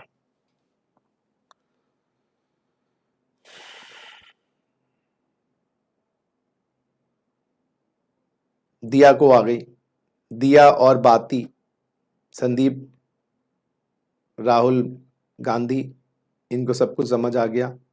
पूनम, चले बढ़िया, आइए आगे बढ़ते हैं। ई स्क्रूटनी, अरे बाबा क्या आ गया है? अब सुनो, वो आपको बच्चों वो याद है? सर क्या याद है? वो सर क्या वो? अरे बच्चों वो सर सही हो ना बेटा? बिल्कुल सही हो बेटा। सर वो याद है? अब तुम्हें बताओ ना, वो याद है? सर क्या? अरे बच्चों 10th के एग्जाम 12th के एग्जाम, 10th और 12th के एग्जाम में आप रोल नंबर लिखते हो। सर मतलब कुछ भी, अरे रोल नंबर लिखते हो आंसर शीट में। जब वो चेकिंग के लिए जाता है ना, इन किसी पेपर चेकर के पास, वो रोल नंबर नहीं होता, वो रोल नंबर के ऊपर दूसरा रोल नंबर लगा दिया जाता है, जिससे उसको यह ना पता चले कि ये किस रोल नंबर का कौन सा बच्चा। नाम वाम सब कुछ गायब। ऐसे ही होता सीए के एग्जाम, सीएस के एग्जाम में भी ऐसे ही होता है। जो रोल नंबर तुम लिखोगे वो हटा दिया जाएगा, उसके बाद शीट का एक नया डमी रोल नंबर लगा के पहुंचा जाएगा, जिससे ये ना पता चले, ना तुम्हें पता चले कौन सा पेपर चेकर है, और ना पेपर चेकर को यह पता चले स्टूडेंट कौन है। ये बात क्लियर है? बोलो। इसी प्रकार से अभी क्या होता है, सुनो, स्क्रूटनी कौन करता है? तो करौल बाग का जो आईटीओ है वो करौल बाग के केसेस का स्क्रूटनी करेगा, है ना भाई? और राजीव चौक कनॉट प्लेस का जो आईटीओ है वो कनॉट प्लेस के केसेस का स्क्रूटनी करेगा। ग्रेटर कैलाश का जो आईटीओ है वो ग्रेटर कैलाश के स्क्रूटनी का केसेस करेगा। तो हर ग्रेटर कैलाश के बंदे को पता होगा आईटीओ कौन है, करौल बाग के वाले बंदों को पता होगा आईटीओ करौल बाग का कौन है। जैसे भाई पुलिस थाना है, पुलिस स्टेशन, तुम्हें पता होगा ना, तुम लोग क्राइम करते रहते तुम लोग जेब काटते पीटते रहते, तुम्हें पता ही होता है। तो तुम्हें पता होता है कि यहाँ का थानेदार कौन है, यहाँ का पुलिस अफसर कौन है। तो ऐसे ही करौल बाग वालों को पता होगा करौल बाग का आईटीओ कौन है। स्क्रूटनी में केस आएगा तो यहाँ का करौल बाग वाले एसएससी का रामलाल का स्क्रूटनी में केस आया तो रामलाल को भी पता आईटीओ कौन है, उसके सीएस को भी पता है ना भाई? सीएमए में जो प्रैक्टिस में है उनको भी पता है। तो सेटिंग हो सकती है सेटिंग हो जाती है दोस्तों। है तो इंसान ही, सेटिंग कर, सामने दिख रहा आईटीओ अंकल, तो सेटिंग कर लेते हैं दोस्तों। कैसे सेटिंग कर लेते हैं वो मैं नहीं बताने वाला, रिकॉर्ड हो रही है बातें सारी, इसलिए नहीं बता सकता। सेटिंग हो जाती है, सेटिंग मींस वो आप सोचो क्या होती है।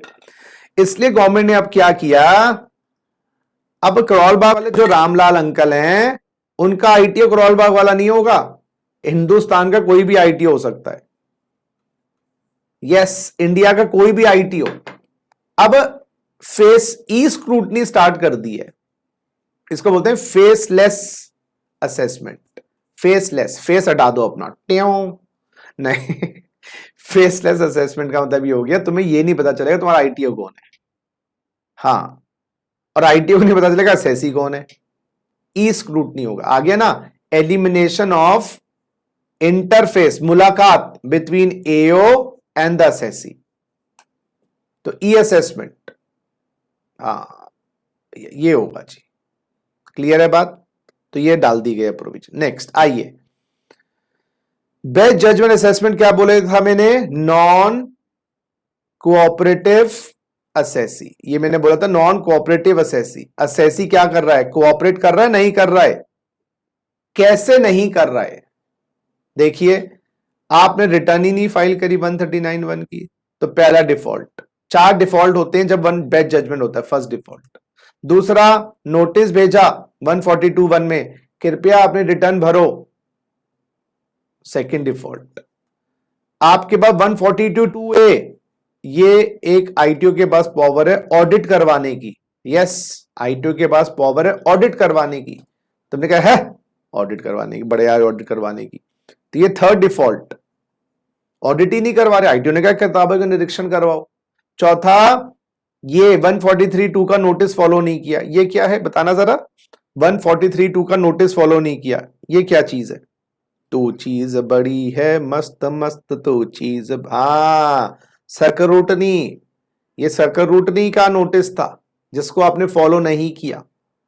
आपने कहा, उसने कहा आइए आपका इंतजार था, आपने कहा जा जा जा जा जा मैं ना आऊंगा, जा जा जा जा जा मैं ना आऊंगा। ये गाना नहीं था, मैंने अभी बनाया है। So the point I am trying to say is, ये 4 डिफॉल्ट हो गए। तो अब क्या करेगा? अब क्या करेगा वो? आपको एक नोटिस भेजेगा। अभी भी देखो, वो बातचीत करने को तैयार है, बोलेगा मैं शो कॉज नोटिस, कारण बताओ नोटिस, मैं आपके अगेंस्ट बैंड बाजा बारात लेके आने वाला हूं, मैं आपके अगेंस्ट बेस्ट जजमेंट असेसमेंट करने वाला हूं, बताऊं क्यों ना करूं? हां, अगर आपको उसने 142(1) का नोटिस दिया था रिटर्न भरने के लिए और आपने कंप्लाई नहीं किया, उस केस में नोटिस नहीं आता। यानी कि इस केस में no show cause notice, SCN नहीं आता। इन केसेस में एससीएन आएगा, इन केस में एससीएन आएगा, शो कॉज नोटिस, इस केस में एससीएन आएगा। लेकिन अगर आपने नोटिस नहीं फॉलो किया है 142(1) का, इस केस में एससीएन नहीं आएगा। अब सुनिए सुनिए सुनिए, अब ये 144 का ऑर्डर पास करेगा। 144 का ऑर्डर, बच्चों स्क्रूटनी के ऑर्डर में इनकम बढ़ाते हैं घटाते हैं? जल्दी बताओ, स्क्रूटनी के ऑर्डर में इनकम बढ़ाते हैं घटाते हैं? स्क्रूटनी के ऑर्डर में इनकम घटाते हैं बढ़ाते हैं? जल्दी बोलो।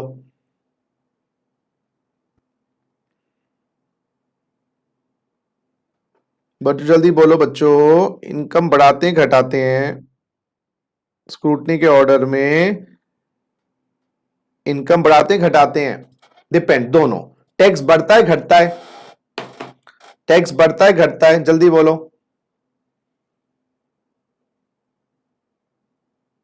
स्क्रूटनी के ऑर्डर में बताओ बताओ, स्क्रूटनी के ऑर्डर में टैक्स बढ़ता है घटता है?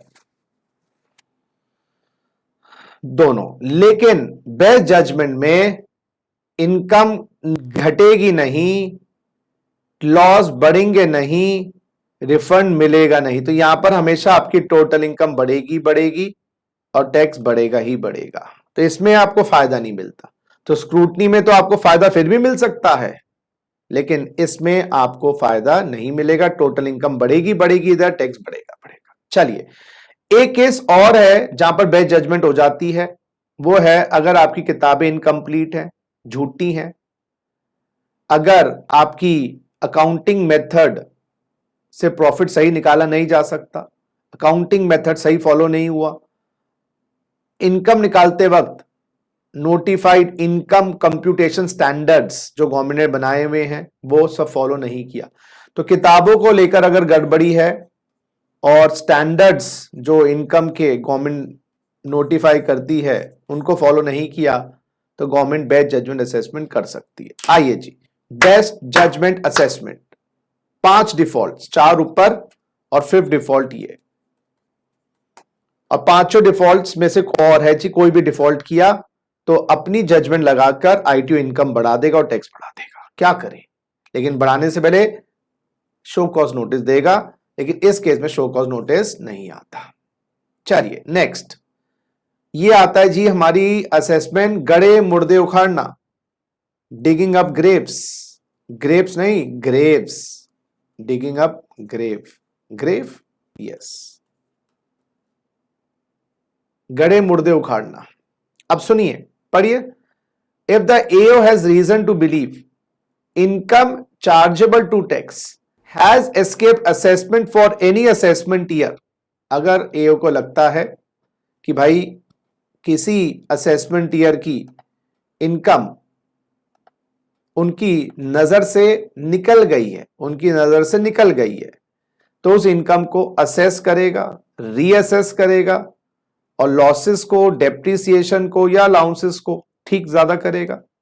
लेकिन सुनिएगा सुनिएगा सुनिएगा सुनिएगा, सबसे इंपॉर्टेंट चीज इस टेबल में है, वेरी वेरी इंपॉर्टेंट। सुनो मेरी बात बच्चों, बच्चों बच्चों सुनो मेरी बात, क्या स्क्रूटनी करने से पहले नोटिस आता है? यस और नो करो। स्क्रूटनी करने से पहले नोटिस आता है? यस और नो करो। स्क्रूटनी करने से पहले नोटिस आता है?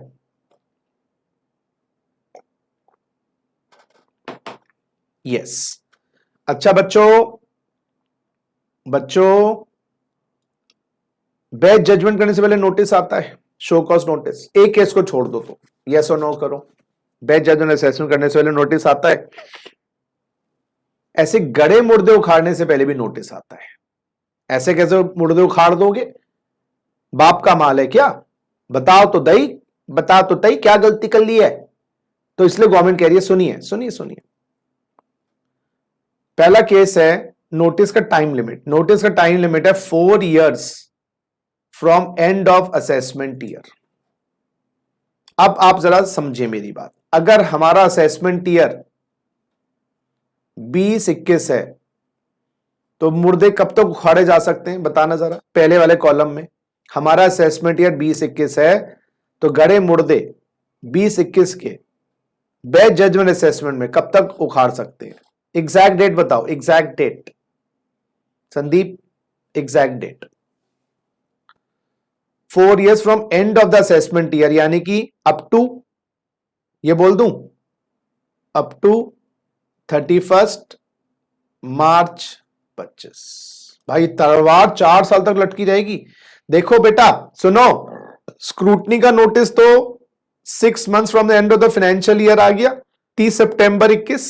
सोचो जरा, अब दिमाग लगाओ, देखो दिमाग लगाओ, असेसमेंट ईयर 20-21 है, आपकी रिटर्न जाए कब तक जा सकती है बताना? असेसमेंट ईयर 20-21 की रिटर्न कब तक जा सकती है बच्चों?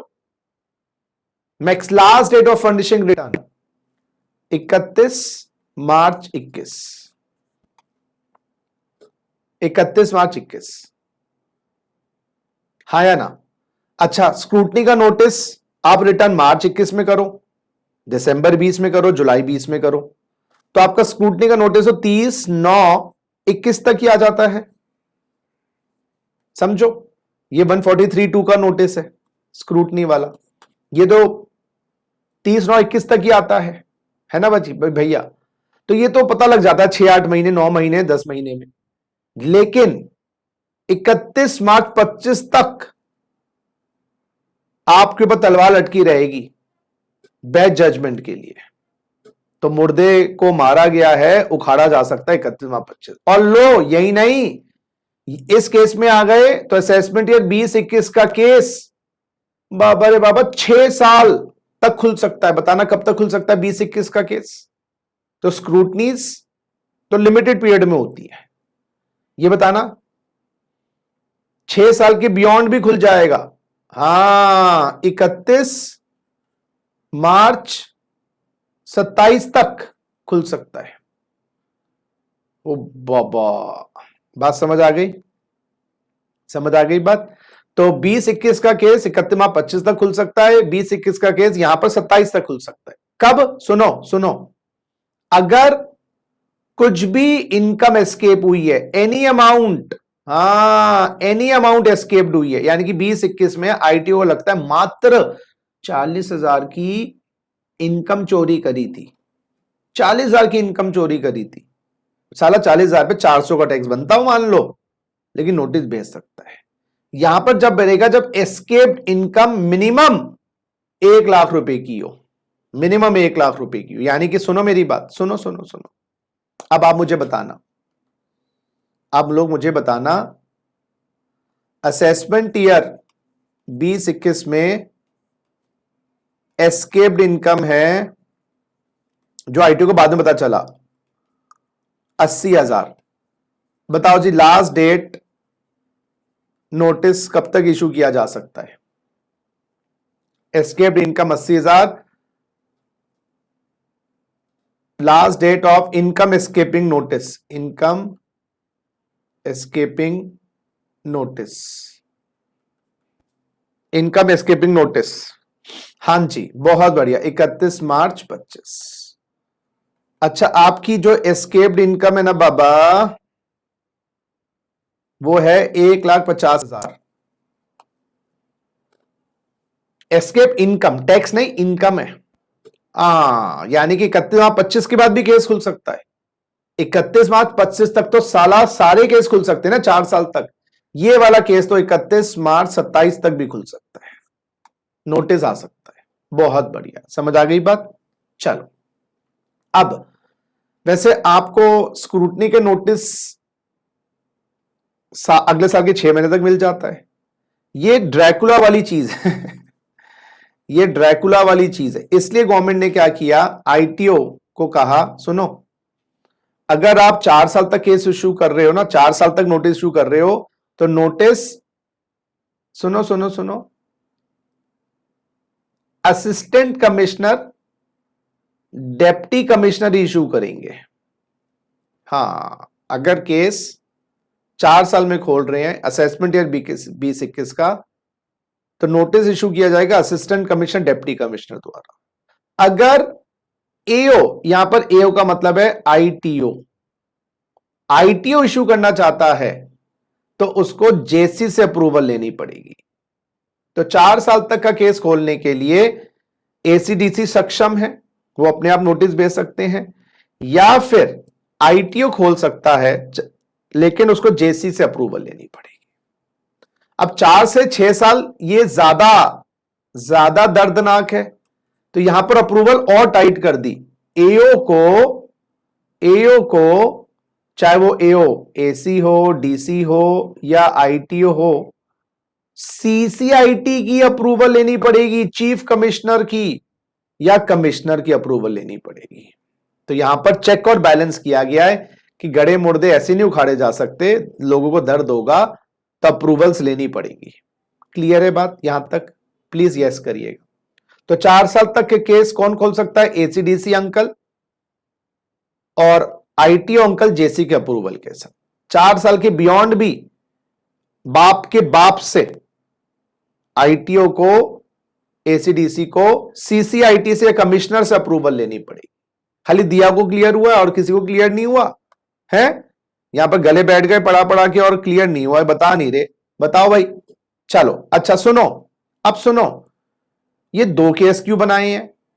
यहां पर कह रहे हैं जी आपका असेसमेंट हो चुका है 143(3) में, असेसमेंट ईयर 20-21 में 143(3) ऑलरेडी स्क्रूटनी हो चुकी है, स्क्रूटनी हो चुकी है, या 147 ऑलरेडी इसका हो चुका है, और फिर केस इनकम एस्केपिंग में दोबारा आया। अरे बाबा, असेसमेंट ईयर 20-21 का केस स्क्रूटनी में आ गया था, असेसमेंट ईयर 20-21 का केस स्क्रूटनी में आ गया था, रिटर्न भरी थी आपने 31 मार्च 21 के टाइम वाली, नोटिस आ गया था। अब उसके बाद वो 25 तक केस फिर खुल सकता है। मतलब गड़े मुर्दों में एक बार मुर्दा गाड़ के उखाड़ लिया था, फिर दोबारा दफना दिया, दोबारा निकाल लिया, ये तो लिखा है कि आपकी असेसमेंट ऑलरेडी स्क्रूटनी की हो चुकी है या एक बार रीअसेसमेंट हो चुकी है, दोबारा से हो रहा है। ये तो और दर्दनाक, कितना पेन के थ्रू आपको जाना पड़ रहा है। तो ये वाला केस कौन सा है? अगर आपकी ऑलरेडी स्क्रूटनी हो चुकी है या इनकम एस्केपिंग हो चुकी है, फिर भी केस 4 साल में खुल सकता है और 6 साल में खुल सकता है। यहां क्या है? नो असेसमेंट अंडर 143 और 147। इसका मतलब है आपने रिटर्न फाइल करी थी, सुनो सुनो, रिटर्न फाइल करी थी, नो असेसमेंट, उस टाइम असेसमेंट नहीं हुई। ये चलो ठीक है। इस केस में notice can be issued by AO what ever be the amount. इसमें तो सीधा एओ इशू कर सकता है नोटिस।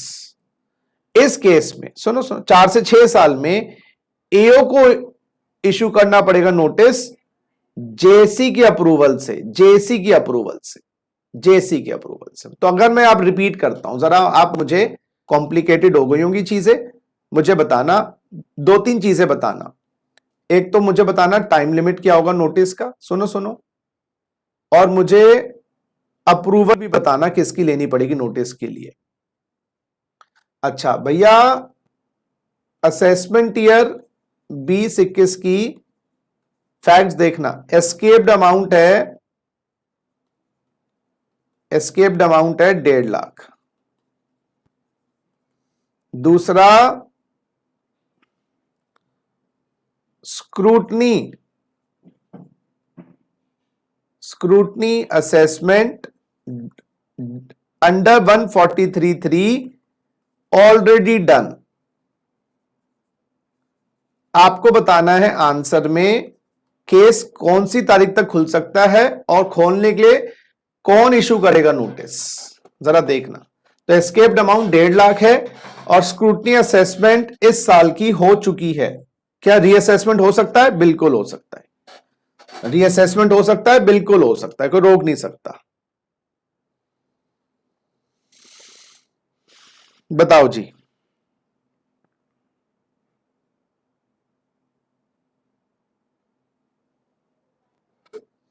देखो जी, 1.5 लाख है तो 4 से 6 साल, यानी कि केस खुल सकता है अप टू 31 मार्च 2027 तक।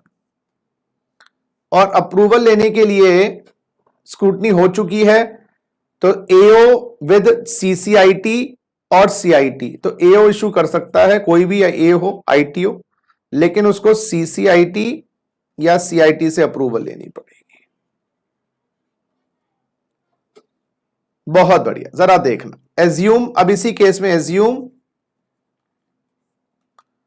Escaped amount 50,000। अब बताना, अब बताना एस्केप्ड अमाउंट 50,000, केस कब तक खुलेगा और किसकी अप्रूवल से खुलेगा?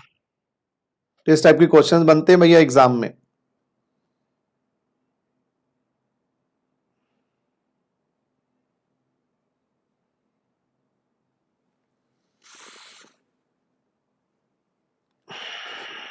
इकतीस मार्च 25 तक केस खुलेगा और आपकी असेसमेंट हो चुकी है तो थोड़ी अप्रूवल टाइट है, लेकिन एसी और डीसी एओ इशू करेगा, एसीडीसी, एसीडीसी इशू करेगा, या तो नोटिस करेगा एसीडीसी करेगा या एओ करेगा विद द अप्रूवल ऑफ जेसी। देखो यही बात बोली आप लोगों ने, ठीक है, क्लियर। चलो अब एज्यूम करो no scrutiny assessment plus escaped amount. मैं आपको इसलिए करवा रहा हूं, ये चीजें एग्जाम में आ जाती हैं। 80,000। अब इसका आंसर दे दो, बस ये पॉइंट भी पूरा हो जाएगा। स्क्रूटनी नहीं हुई थी और एस्केप्ड अमाउंट 80,000 है, तो एक तो 80,000 है तो 31/25 तक ही खुलेगा केस, और इसमें notice by AO, AO only. Clear है जी बात? बोलो जी, अगर क्लियर है तो बोलो, जल्दी से बोलो क्लियर है तो। चलो वेरी गुड।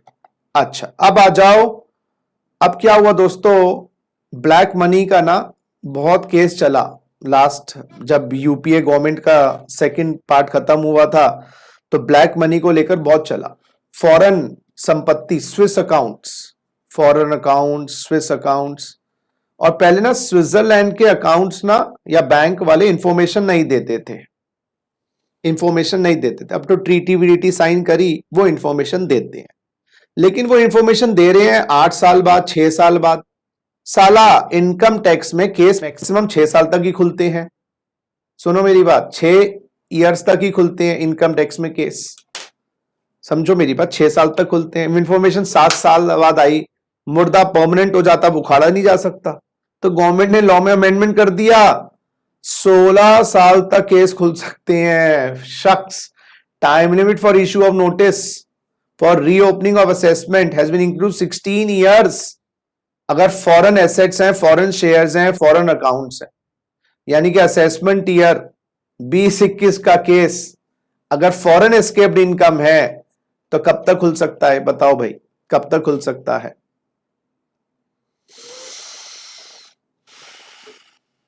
बताओ भैया, कब तक खुल सकता है? बस आपका आधा घंटा और ये चैप्टर फिनिश। हाँ जी बताओ।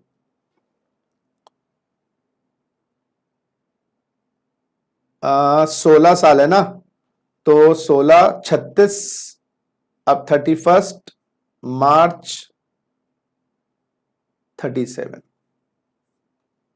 31 मार्च 37 तक तो फॉरेन एसेट्स। आइए जी, नेक्स्ट है प्रिकॉशनरी असेसमेंट। प्रिकॉशनरी असेसमेंट मैंने बोला था ना, ये तेरी है, ए की है इनकम या बी की है, तो वो दोनों में से देखो जरा, पढ़ना जरा, just read. Where it is not clear as to who has receive the income and prima facie it appears that the income may not have been received either by A or B or both together, AO can commence proceeding against both A and B to determine the question as to who is responsible to pay tax। तो वो दोनों को start करेगा, फिर देखता है किसके against tax देना है। ये तो ऐसी जनरल सी बात है, इसमें कोई ज्यादा टेंशन की बात नहीं है। अब इस चैप्टर में जो बात रह गई है ना, बस वो टेबल रह गया है और ये बात रह गई है। Chapter fish finished. हाँ जी, आ जाइए, आइए जरा, बस torture is about to end. ये है जी वेरी इंपॉर्टेंट चीज, time limit for completion of assessment. Time limit for completion of assessment. अच्छा जी, अभी हमने स्क्रूटनी असेसमेंट करी बच्चों, हमने बेस्ट जजमेंट असेसमेंट करी, हमने पढ़ा चाहे स्क्रूटनी हो या बेस्ट जजमेंट हो, उसको करने से पहले, स्क्रूटनी हो या बेस्ट जजमेंट हो, उसको करने से पहले बच्चों, स्क्रूटनी हो या बेस्ट जजमेंट हो, नोटिस आता है।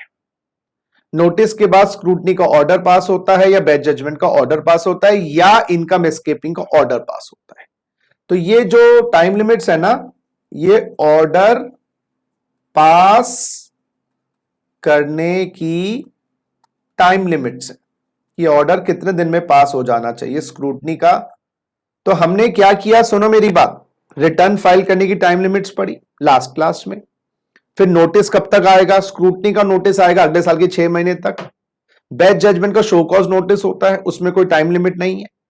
और इनकम एस्केपिंग के 4 साल के अंदर अंदर नोटिस आते हैं या 6 साल के अंदर अंदर नोटिस इशू कर दिए जाते हैं। अच्छा, एक बात और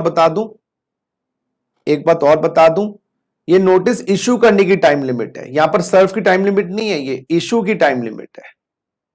मैं एक छोटा सा पॉइंट बता के ना इस चीज को भी समाप्त करूंगा। एक सेकंड बच्चा पार्टी। बच्चों, ये 31 मार्च 25 तक नोटिस इशू हो गया था और नोटिस आपको सर्व हुआ है, सुनिएगा, सर्व हुआ है 1/4/25 को। क्या ये नोटिस वैलिड है? ये वाले केस में नोटिस इशू तो हो गया 31 मार्च 25 को, लेकिन सर्व हुआ 1/4/25 को। क्या ये वैलिड नोटिस है? कहीं पे निगाहें, कहीं पे निशाना, ना ना ना, वैलिड है, क्योंकि यहां पर इशू की टाइम लिमिट है, सर्व की टाइम लिमिट नहीं है। तो कई जगह रिसीव की टाइम लिमिट है, इस डेट तक रिसीव हो जाना चाहिए, कई जगह इस टाइम तक इशू हो जाए, रिसीव 2 दिन के बाद हो। तो ये जो आपका इनकम एस्केपिंग का नोटिस है, ये इशू हो जाना चाहिए, सर्व चाहे 2 दिन के बाद हो, तो इशू हो जाना चाहिए। निगाहें निशाना, कहीं पे निगाहें कहीं पे निशाना, तो कहीं निशाने कब तक लगना चाहिए, कहीं निगाहें कहां लगाई, निशाना चाहे 2 दिन लेट हो जाए। तो बस दोस्तों 15-20 मिनट का काम रह गया है, समझिएगा, बात समझ आ गई। तो जो हमारा स्क्रूटनी का नोटिस है वो उसमें सर्व होने की लिमिट है, अगले साल के 6 महीने के अंदर अंदर आपको मिल जाना चाहिए। और जो इनकम एस्केपिंग का नोटिस है उसकी इशू की टाइम लिमिट है 4 साल और 6 साल के अंदर अंदर इशू हो जाना चाहिए। चलिए बच्चा, अब नोटिस इशू हो गया, सर्व हो गया, वार्तालाप प्रक्रिया शुरू हो जाएगी, आप जाओगे, एसएससी जाएगा, जैसा भी है। उसके बाद ऑर्डर ऑर्डर ऑर्डर तो पास करेगा ना आईटीओ, तो वो ऑर्डर पास करने की टाइम लिमिट्स है। आइए जरा, तो ये लास्ट टॉपिक है जी लेक्चर नंबर 6 का। आइए,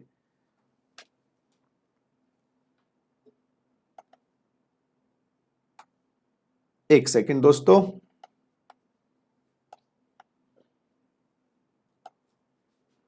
देखिए जरा,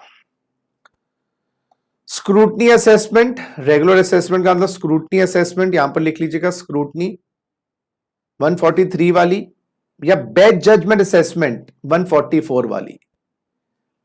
सुनो, 12 months from end of the assessment year in which income was assessable। सुनो सुनो सुनो सुनो गौर से दुनिया वाले, बुरी नजर ना हम पे डालो, हमें Sachin Gupta. Assessment year 2021,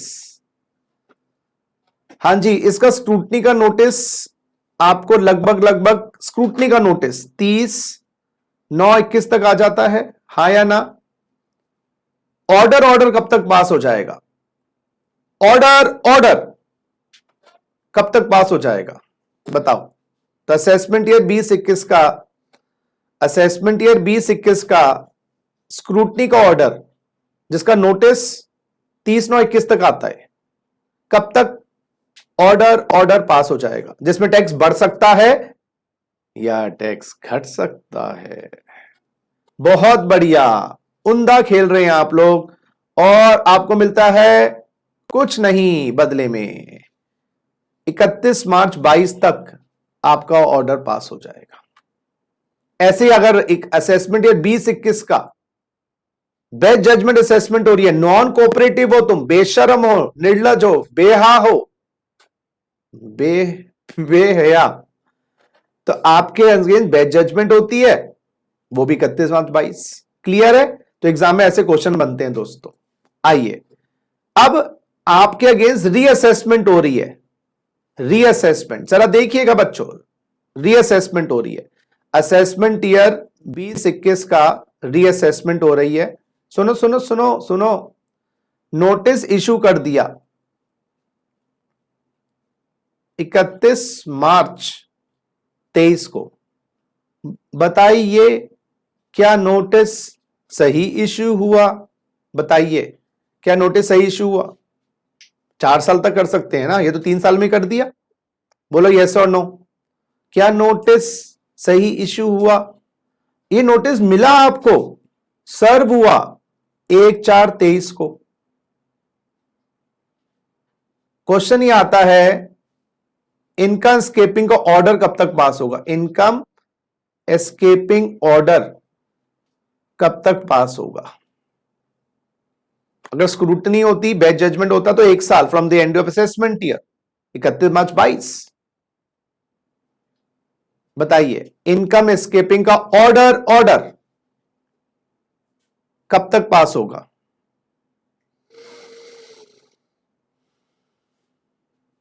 income escaping order कब तक पास होगा बच्चों, बताओ।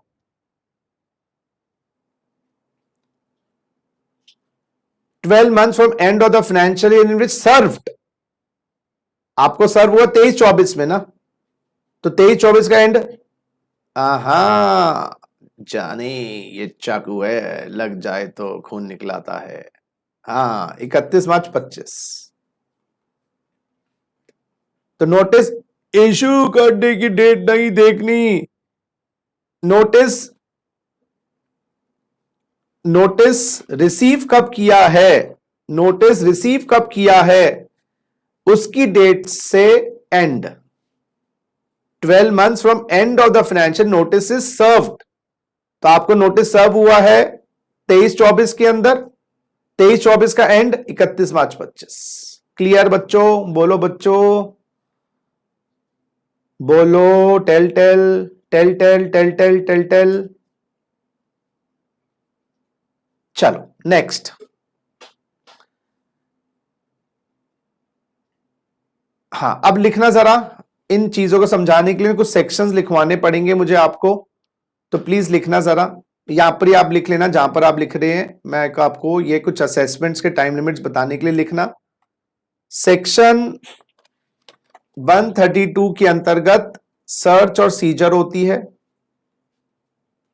132 में रेट पड़ती है, 132A में पावर है अथॉरिटीज की टू रिक्विजिशन, कुछ सेक्शन लिखवाने पड़ेंगे, requisition books of accounts. Section 153A में असेसमेंट होती है बेटा for search and requisition. Section 153C में असेसमेंट होती है अदर पर्सन की। ये जनरल पॉइंट्स हैं, लिख लो।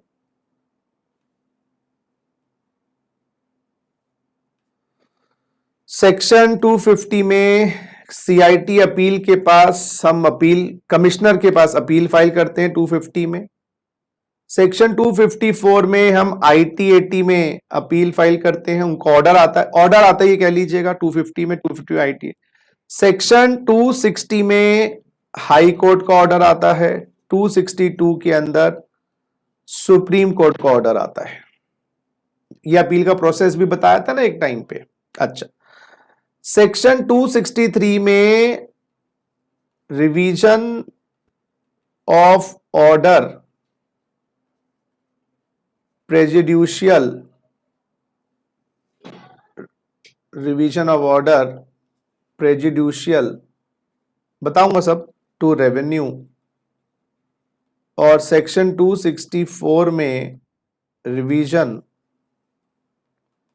Of order prejudicial to assessee. जरा देखें जरा, ये कुछ सेक्शंस हैं, ये लिख लो। मैं दोबारा से रिपीट करता हूं, 132 में रेड पड़ती है, रेड लग जाती है, क्लास लग जाती है, किताबें मंगवाई जाती हैं 132A में। 153A में आपकी असेसमेंट होती है सर्च और रिक्विजिशन, जब सर्च और किताबें मंगवाई जाए उसके बाद 153A में असेसमेंट होती है। स्क्रूटनी असेसमेंट नहीं होती, अलग होती है असेसमेंट, रेट की असेसमेंट अलग होती है। यहाँ पर बड़े बड़े धुरंधर प्रोफेशनल जाते हैं, इसमें अच्छा पैसा भी है, अच्छी फीस भी है आपकी दोस्तों। तो आप लोग रेट प्रोफेशनल या rate specialist, search and scissor specialist बन सकते हैं। 153C में क्या होता है, लपेटे में आना। भाई आग लगी एक्स के घर में, वाई के घर में आग लग गई, तो रामलाल के घर रेड पड़ी, रामलाल के दस्तावेज श्यामलाल से रिलेटेड थे, तो श्यामलाल की असेसमेंट भी हो जाती है।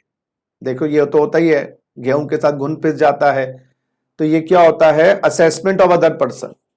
तो जो जिसकी असेसमेंट रेड में हो रही है वो तो 153 वाला होती है, लेकिन उसके साथ दूसरा बंदा भी लपेटे में आ जाता है। हम अपील करते हैं कमिश्नर को, वो ऑर्डर देता है 250 में आईटीएटी ऑर्डर देता है, इसमें हाई कोर्ट इसमें देता है, सुप्रीम कोर्ट इसमें ऑर्डर देता है। अच्छा, ये होता है अपील की बात। अच्छा, अगर आपको अपील में क्या होता है, टाइम कंज्यूमिंग होता है अपील। यस, अपील क्या होता है, टाइम कंज्यूमिंग होता है, फैक्ट है, टाइम कंज्यूमिंग होता है, 10 साल लग जाते हैं। तो क्यों ना ऐसा करें, सुनो, कमिश्नर के पास जाएं और रिवीजन का काम करवा लें। रिवीजन में क्या होता है, हम कमिश्नर को बोलते हैं देखो जी हम अपील फाइल नहीं कर रहे, आप ऐसा करो, खुद चेक करो और आईटी के ऑर्डर को ठीक करो। जैसे वही वाली बात है, किसी ने आपके साथ गुंडागर्दी करी, आप पुलिस स्टेशन नहीं जा रहे, उसके माता पिता के पास जा रहे हैं, उसके दादा दादू का जा रहे हैं, देखो आपका लड़का, देख दीदी देख तेरा मुंडा बिगड़ा जाए, दीदी देख तेरा मुंडा बिगड़ा जाए, तो आप उसके ऊपर ही जा रहे हो और बोलो देखो जी आपको कंप्लेंट कर रहे हैं, आप ठीक करो इसको। तो ये वाली बात, हम पुलिस के पास नहीं जा रहे। तो revision of order prejudicial to revenue, यहां पर कमिश्नर जो अगेंस्ट इनकम टैक्स डिपार्टमेंट का ऑर्डर है, अगेंस्ट इनकम टैक्स डिपार्टमेंट का ऑर्डर है, उसको ठीक करता है। क्या मतलब? यानी कि यहां पर आईटीओ का जो ऑर्डर होगा ना, वो असेसी का फेवरेबल होगा। हाँ, 263 में वो रिवाइज करेगा those orders which favour assessee and are against department, उनको ठीक किया जाता है। तो यहां पर आप अपील नहीं, आप रिवाइज के लिए कोई करोगे, यहां तो फिर वो अपने आप रिवाइज करेगा उन चीजों को, या आईटीओ ने बोला होगा। और 264 में प्रेजुडिशियल टू असेसी, तो जहां पर रिवाइज कौन से ऑर्डर होंगे? Revise those orders which favour department and are against assessee. तो आप बताना, अगर मुझे रिवाइज करवाना आईटीओ का ऑर्डर, तो मैं कौन से सेक्शन में करवाऊंगा?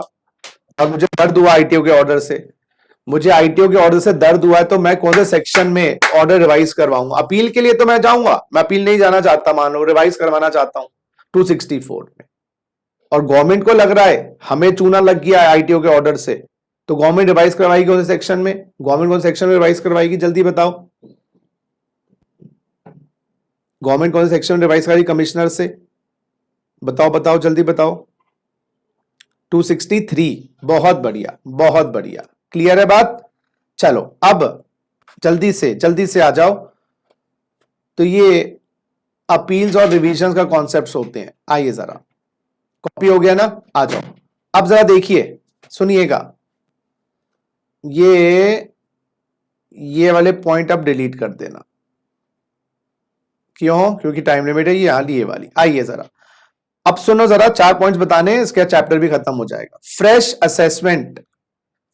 Assessment as a result of 254, 263, 264। Fresh है। 254 का ऑर्डर कौन सा था? जल्दी बोलो। 254 का आईटीएटी का। 263 का कौन सा था? वो रिवीजन वाला। अब सुनो सुनो सुनो सुनो सुनो सुनो सुनो सुनो, तो 254 में आईटीएटी ने ऑर्डर पास किया है। सुनो सुनो मेरी, 263, 264 में कमिश्नर ने ऑर्डर पास किया है और कहा है आईटीओ को, यस, या एओ को फ्रेश ऑर्डर पास करो, फ्रेश ऑर्डर पास करो। जैसे सुनो मेरी बात, आईटीओ ने इनकम बढ़ाई है घटाई है और केस आईटीएटी में गया, तो आईटीएटी वाले कह रहे एओ को, भाई अपने ऑर्डर को दरकिनार करके फेंक दो, नया ऑर्डर नए सिरे से शुरू करो। 263 कमिश्नर ने कहा आईटीओ को, तुम्हारा ऑर्डर गया भाड़ में, अब जाके नया ऑर्डर पास करो। अब वो एओ कितने टाइम में फ्रेश ऑर्डर पास करेगा? वो है जी 12 महीने। 12 महीने। अब सुन लो, 12 महीने में फ्रेश ऑर्डर पास कर देगा। तो अगर आईटीएटी ने ऑर्डर दिया एओ को, या 260, 264 रिवीजन वाले ऑर्डर्स आए हैं कमिश्नर के, एओ को बोला नया ऑर्डर पास करो 12 महीने। ये 12 महीने कहां से? सुनो, ये भी इंपॉर्टेंट है, सुनो। 254 का ऑर्डर कौन पास करता है? जल्दी बोलो, जल्दी जल्दी बोलो, जल्दी जल्दी बोलो, जय माता दी। 254 का ऑर्डर कौन पास करता है? 254 का ऑर्डर कौन पास करता है? आईटीएटी। तो आईटीएटी का ऑर्डर कमिश्नर को मिला, मोटा मोटा याद रखिएगा। आईटीएटी का ऑर्डर, सुनो सुनो, कमिश्नर को मिला, वहां से 12 महीने के अंदर अंदर आईटीओ ऑर्डर पास करेगा नया वाला। तो 12 महीने के अंदर अंदर जब कमिश्नर को ऑर्डर मिला, इतना याद रखना। और 263 264 का ऑर्डर कौन पास करता है? जल्दी बोलो जल्दी बोलो, जय माता दी। 263 264 का ऑर्डर कौन पास करता है?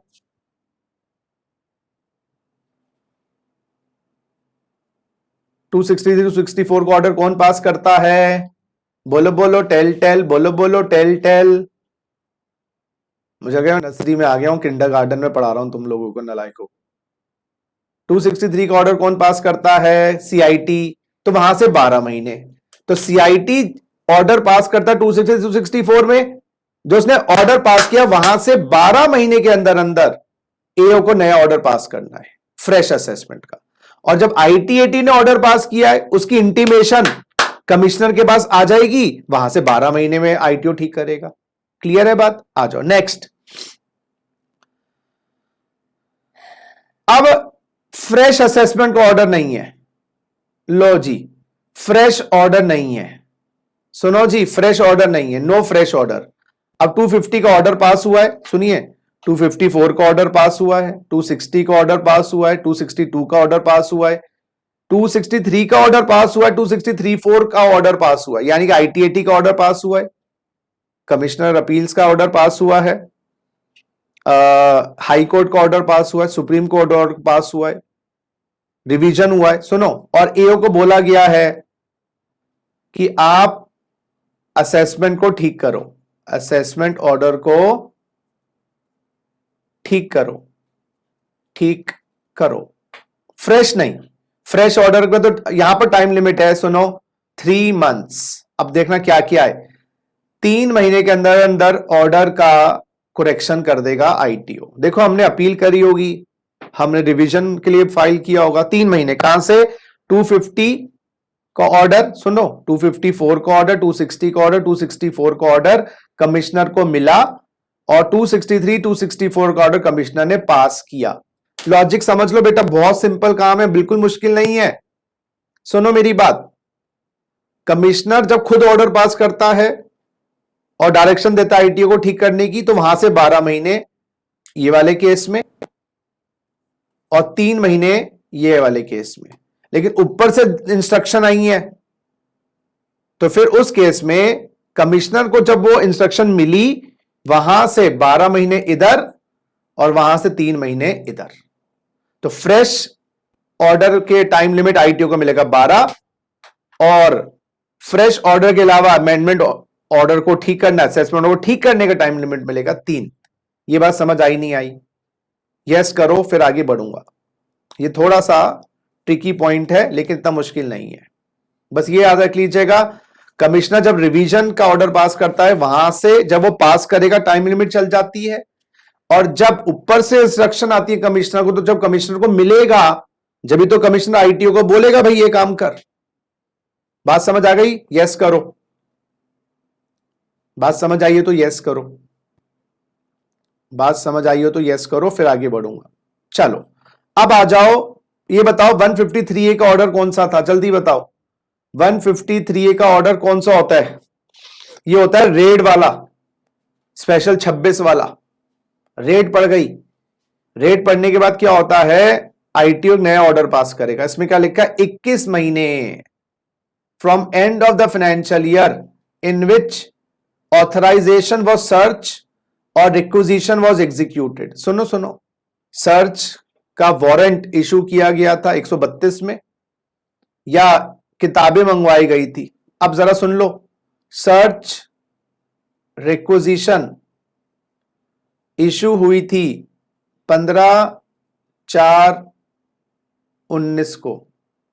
बताओ 153A कब तक हो सकता है? सर्च का वारंट इशू हुआ था 15/4/19 को, 132 सेक्शन के अंतर्गत, या किताबें मंगवाई गई थी 132A में 15/4/19 को। जो 153A की असेसमेंट होगी कब तक हो सकती है? बताओ 153A की असेसमेंट कब तक हो सकती है? बताओ भैया, 153 की असेसमेंट कब तक हो सकती है? दिमाग लगाओ। वो तो तुम्हारे पास है नहीं, मुझे पता है, लेकिन थोड़ा सा तो लगाओ।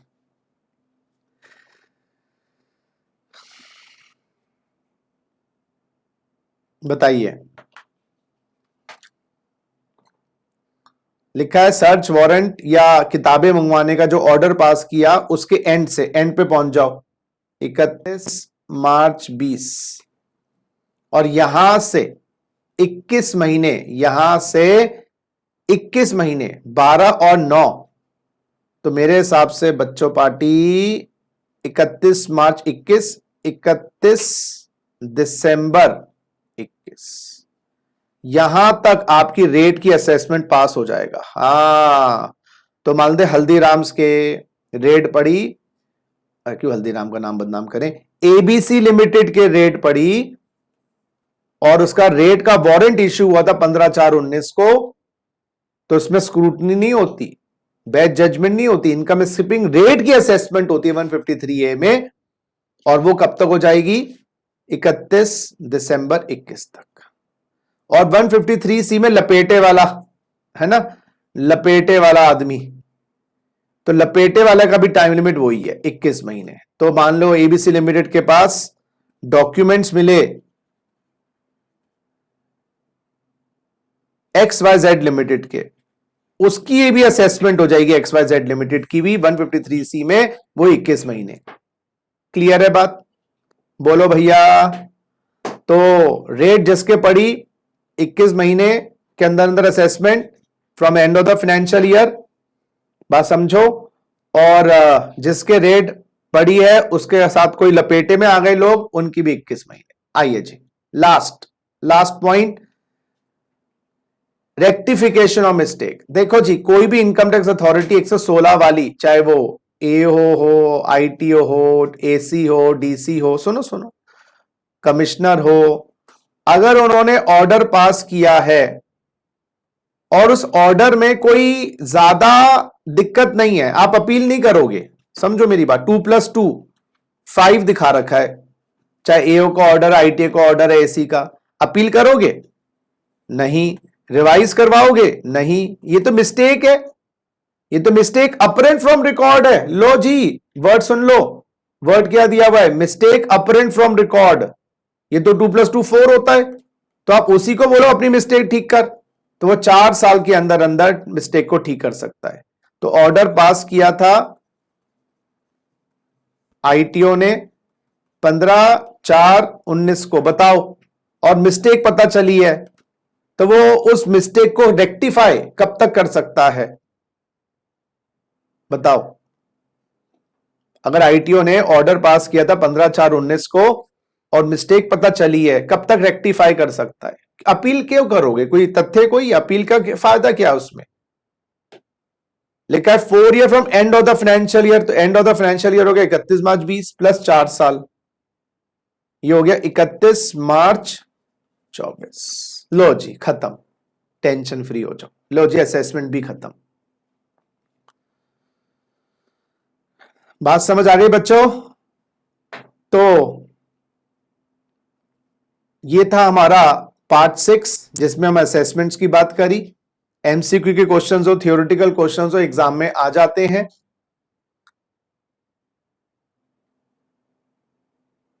समझिएगा, अंडरस्टैंड करिएगा और आगे बढ़िएगा, यही हमारी चेष्टा रहती है टीचर्स की। Thank you and God bless.